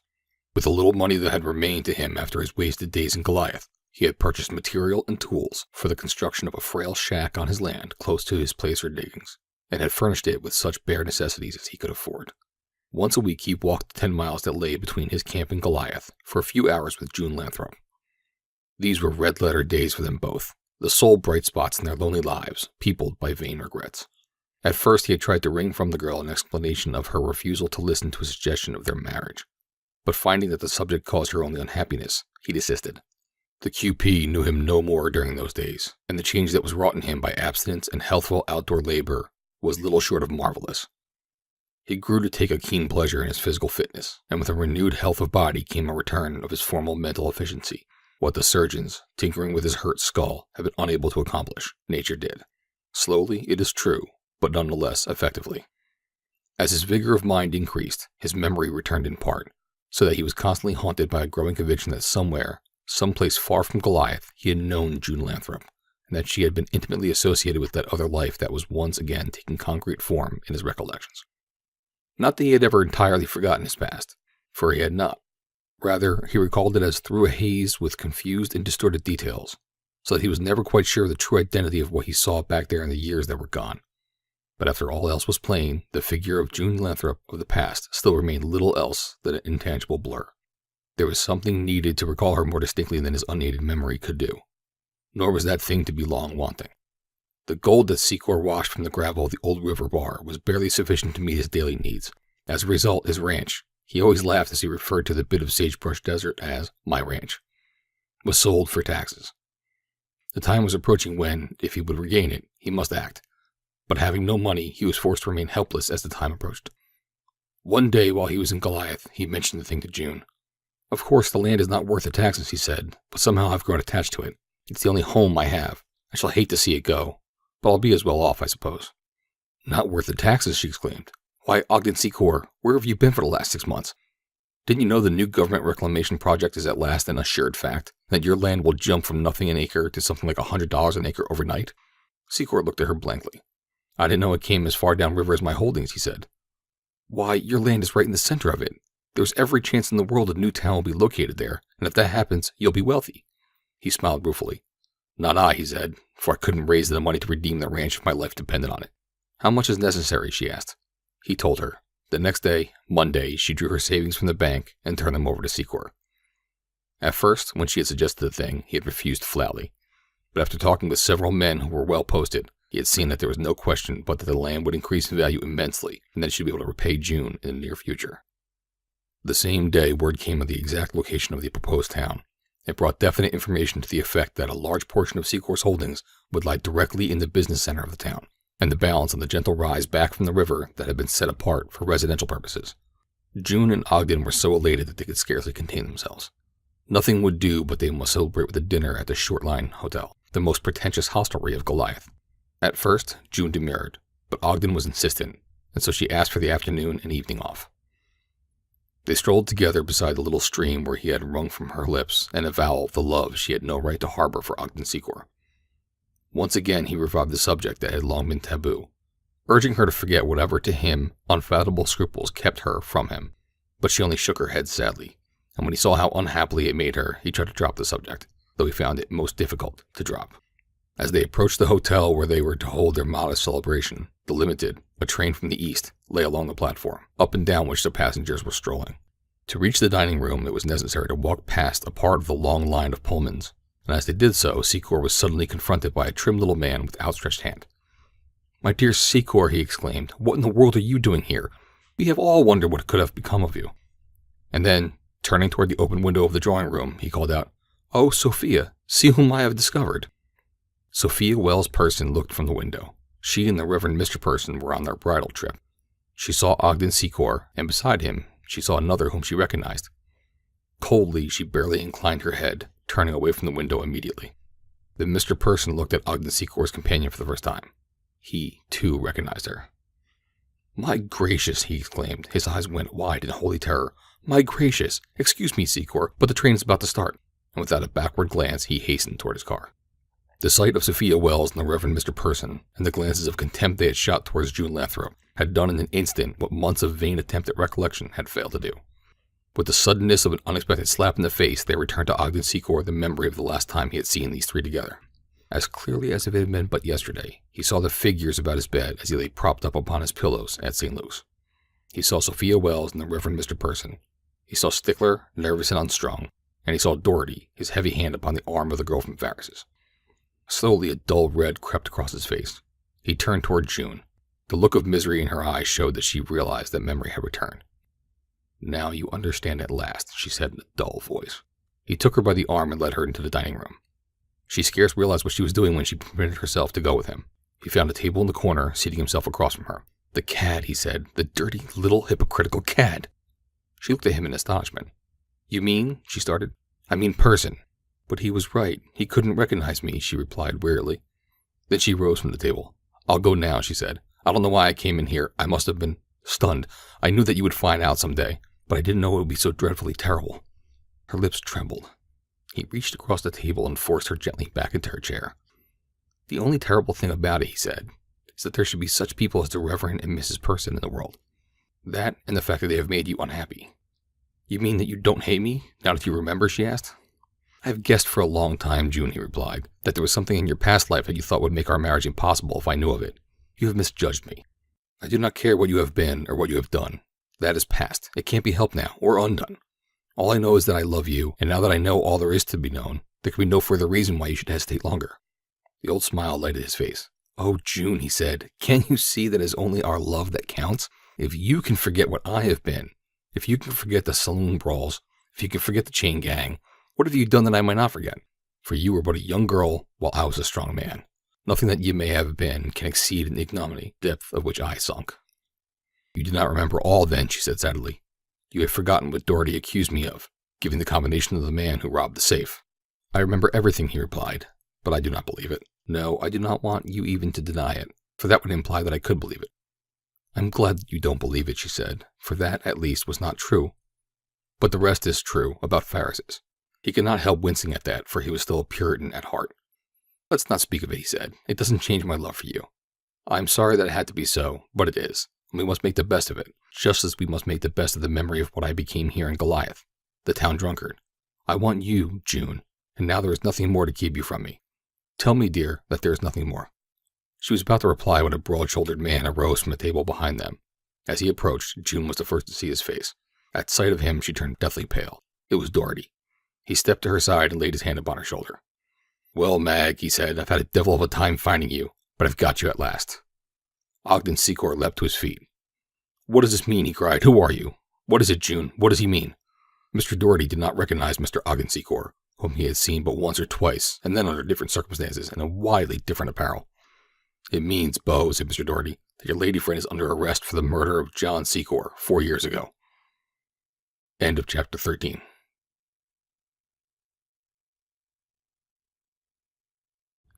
Chapter 14. Some Loose Threads. The case of the people versus June Lathrop, alias Maggie Lynch, came to trial in the old criminal court building. Since her arrest, June had persistently refused to see Ogden Secor, though he had repeatedly endeavored to have word with her.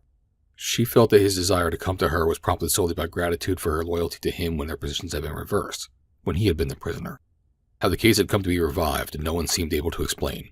A scarehead morning newspaper had used it as an example of the immunity from punishment enjoyed by the powers of the underworld, showing how murder even might be perpetuated with perfect safety to the murderer. It hinted at police indifference, even at police complicity. No Secor millions longer influenced the placing of advertising contracts. The police in self-defense explained that they had never ceased to work upon the case, and that they were already in possession of sufficient evidence to convict. All they required was a little more time to locate the murderer, and then they got busy. It happened that Doherty knew more about the almost forgotten details of the affair than any officer in the force, so to Doherty was given the Herculean task of locating Maggie Lynch. Another officer was entrusted with the establishment of a motive for the crime and the investigation of the antecedents of Maggie Lynch. The results of the efforts of these two sagacious policemen were fully apparent as the trial progressed.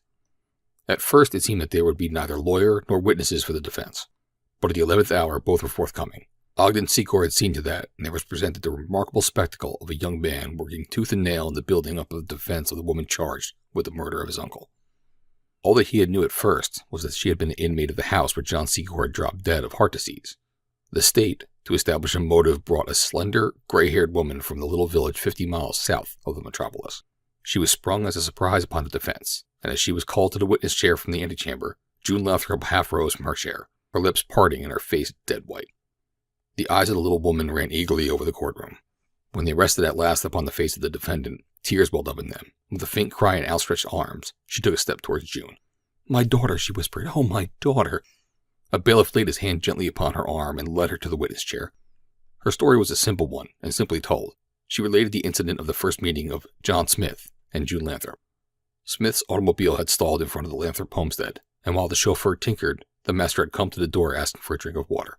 He had seen June, and almost from that instant his infatuation for the girl had been evident. Afterward he came off into the little village where the daughter and her widowed mother lived. Finally he spoke of marriage. June had told her mother of it, and that she hesitated because of the great difference in their ages. She respected and admired John Smith, but she did not know that she loved him. He brought her beautiful presents, and there was promises of a life of luxury and ease, something the girl had never known, for her father had died when she was a baby, and the mother had been able to eke out but a bare existence since. It had been the promise of ease and plenty for her mother's declining years that had finally influenced June to give a reluctant yes. They had been married quietly by a justice of the peace, and had been driven directly to town in Smith's machine. The former Secor chauffeur established the identity of Smith as John Secor. He distinctly recalled their first visit to the Lathrop house, and almost weekly trips to the little town thereafter. He positively identified the defendant as the girl whom, with John Secor, he had driven from the Lathrop home to the city on the day of their wedding, at which he had been a witness. "Where did you leave the couple after arriving here?" asked the state's attorney. "At Abe Farris's place on Dearborn," replied the witness. When June was called to the stand, she corroborated all that had gone before. It seemed that a motive had been established. "Did you know the nature of the place to which Mr. Smith took you at the time?" asked the attorney. "I did not. He told me that it was a family hotel, and when, after we'd been there for a few days, I remarked on the strange actions of the other guests, their late hours, ribald songs, and evidences of intoxication. He laughed at me, saying that I must get used to the ways of the big city." "Did you believe him?" "Of course. I had never been away from my home in my life. I knew absolutely nothing about the existence even of such places as that, or of the forms of vice and sin that were openly flaunted there. I was so ignorant of such things that I believed him when he told me that the men who came nightly to the place were the husbands of the women there. We had a room on the second floor, and though I heard much that passed in the house, I saw very little out of the way, and we kept closely to our room when we were in the place." "When did you discover that your husband already had a wife living, and that his name was John Secor and not John Smith?" "About half an hour after he dropped dead in the hallway," she replied. "Abe Farris came to me and told me. He offered me $100 to keep still and pretend that I had never seen or heard of Mr. Secor. I didn't take the money. I was heartbroken and sick with horror and terror and shame. I wouldn't have told anyone of my disgrace under any circumstances. Farris kept me there for 2 days longer, telling me that the police would arrest me if I went out. Finally, I determined to leave, for at last I knew the whole truth of the sort of place I was in. Then Farris urged me to stay there and go to work for him. When I refused, he explained that I was already ruined, and he even laughed when I told him that I did not know that I was not legally married to Mr. Smith. "You don't think for a minute that anyone will swallow that yarn, do you?" he asked. "If you want to keep out of jail, you'd better stay right here. You can never be no worse off than you are now." I began to feel that he was right, yet I insisted on leaving, and then he had my clothes taken away from me, saying that I owed him money for board that Mr. Secor had not paid, and that he would not let me go until I paid him. I think that I must have almost been mad from grief and terror. I know that at last I grew not to care what became of me, and when Farris made me think that I could escape arrest only by remaining with him, I gave up, for the thought that my mother would learn the awful truth were I to be brought to trial was more than I could bear. Farris testified that he had been the first to tell a girl that the man she thought her husband was the husband of another woman. "When did he tell her this?" asked the attorney for the defense. "Half or 3/4 of an hour after Mr. Secor died. Afterwards, 2 reputable physicians testified that they had performed a post-mortem examination upon John Secor's body, that there had been no evidence of poison in the stomach, or bruises, abrasions, or wounds upon his body, and that there could be no doubt but that death had been a result of an attack of acute endocarditis. The jury was out about 15 minutes, returning a verdict of not guilty on the first ballot. To June Lathrop it meant nothing. It was what she had expected, but though it freed her from an unjust charge, it would never right the hideous wrong that had been done to her. First by an individual in conceiving and perpetuating the wrong, and then by the community, as represented by the police, in dragging the whole hideous fabric of her shame before the world. As is customary upon the acquittal of a defendant in a criminal case, a horde of the morbidly curious thronged about June to offer their congratulations. She turned from them wearily, seeking her mother. But there was one who would not be denied. A tall, freckled youth who wormed his way to her side with uncanny stealthiness. It was Sammy, the one-time office boy of the corporation known as John Secor & Co. "Miss Lathrop," he whispered. "Miss Lathrop, I've been trying to find you for years. I'm a regular detective now. But the best job I ever did, I did for you, and nobody never knew nothing about it. Don't you remember me?" She shook hands with him, and he followed her from the courtroom. There was another who followed her, too. A suntanned young man whose haggard features bore clear witness to the mental suffering he had endured. Outside the building, he touched her sleeve. She turned toward him. "Do you loathe me," he whispered, "for what he did?" "You know better than that," she answered. "But now you see why it was that I could not marry you. Now you will thank me for not being weak and giving in. God knows how sorely I was tempted." "There's nothing now to prevent," he said eagerly. She looked at him in surprise. "You still want me?" she cried. "You can't mean it. It would be horrible." "I shall always want you, June," he said doggedly, "and some day I shall have you." But still she shook her head. "It would be wicked, Ogden," she said with a little shudder, "if he had been anyone else in the world than your father." Secor looked at her in astonishment. "My father!" he exclaimed. "Do you mean that you do not know? That John Secor was not my father." The girl's astonishment and incredulity were writ upon her face. "Not your father?" It was scarce a whisper. "I was the foster son of John Secor's brother. When he died, I went to live with the John Secors, and after the death of their only son, I entered Mr. Secor's office, taking the place of the son he had lost, later inheriting his business." June continued to look in dull bewilderment at Secor. It could not be true. She cast about for another obstacle. Certainly she had no right to such happiness as she saw being surely pressed upon her. "There is still the charge against me of having aided the men who robbed your safe. That is even worse, for it reproaches me with disloyalty and treachery toward one who had befriended me," she said faintly. Sammy and June's mother had been standing a little apart as the two spoke together in whispers. June had slightly raised her voice, and she recalled the affair in the office of John Secor & Co., the night that Ogden had received the blows that had resulted in all his financial troubles. That part Sammy heard. Now he stepped forward. "That's what I wanted to tell you about, Miss Lathrop," he said excitedly. "It wasn't her at all," he went on, turning toward Secor. "It was that smooth scoundrel of a stickler. I was hiding under his filing cabinet when he tried to make Miss Lathrop go out with him, and I heard her turn him down. Then I followed him, for I was just studying to be a detective then, and had to practice every chance I got. He went straight to Abe Farris's saloon, and there I saw him talking low and confidential-like to a couple of tough-looking guys for about 2 hours. He handed one of them a slip of paper, explaining what was on it. I couldn't see it, but from what had happened after, I knew it held the combination to your safe, for I seen the robber that was shot when he was put on trial, and he was one of the guys that Stickler met in Farris's. I was so scared I didn't tell nobody." Ogden turned towards June with a faint smile. "You see," he said, "that one by one your defenses are reduced. Aren't you about ready to capitulate?" "I guess there's no other way," she sighed. "But it seems that the world must be all awry when hope and happiness appear so close within my grasp." End of chapter 14. End of The Girl from Farris's by Edgar Burroughs.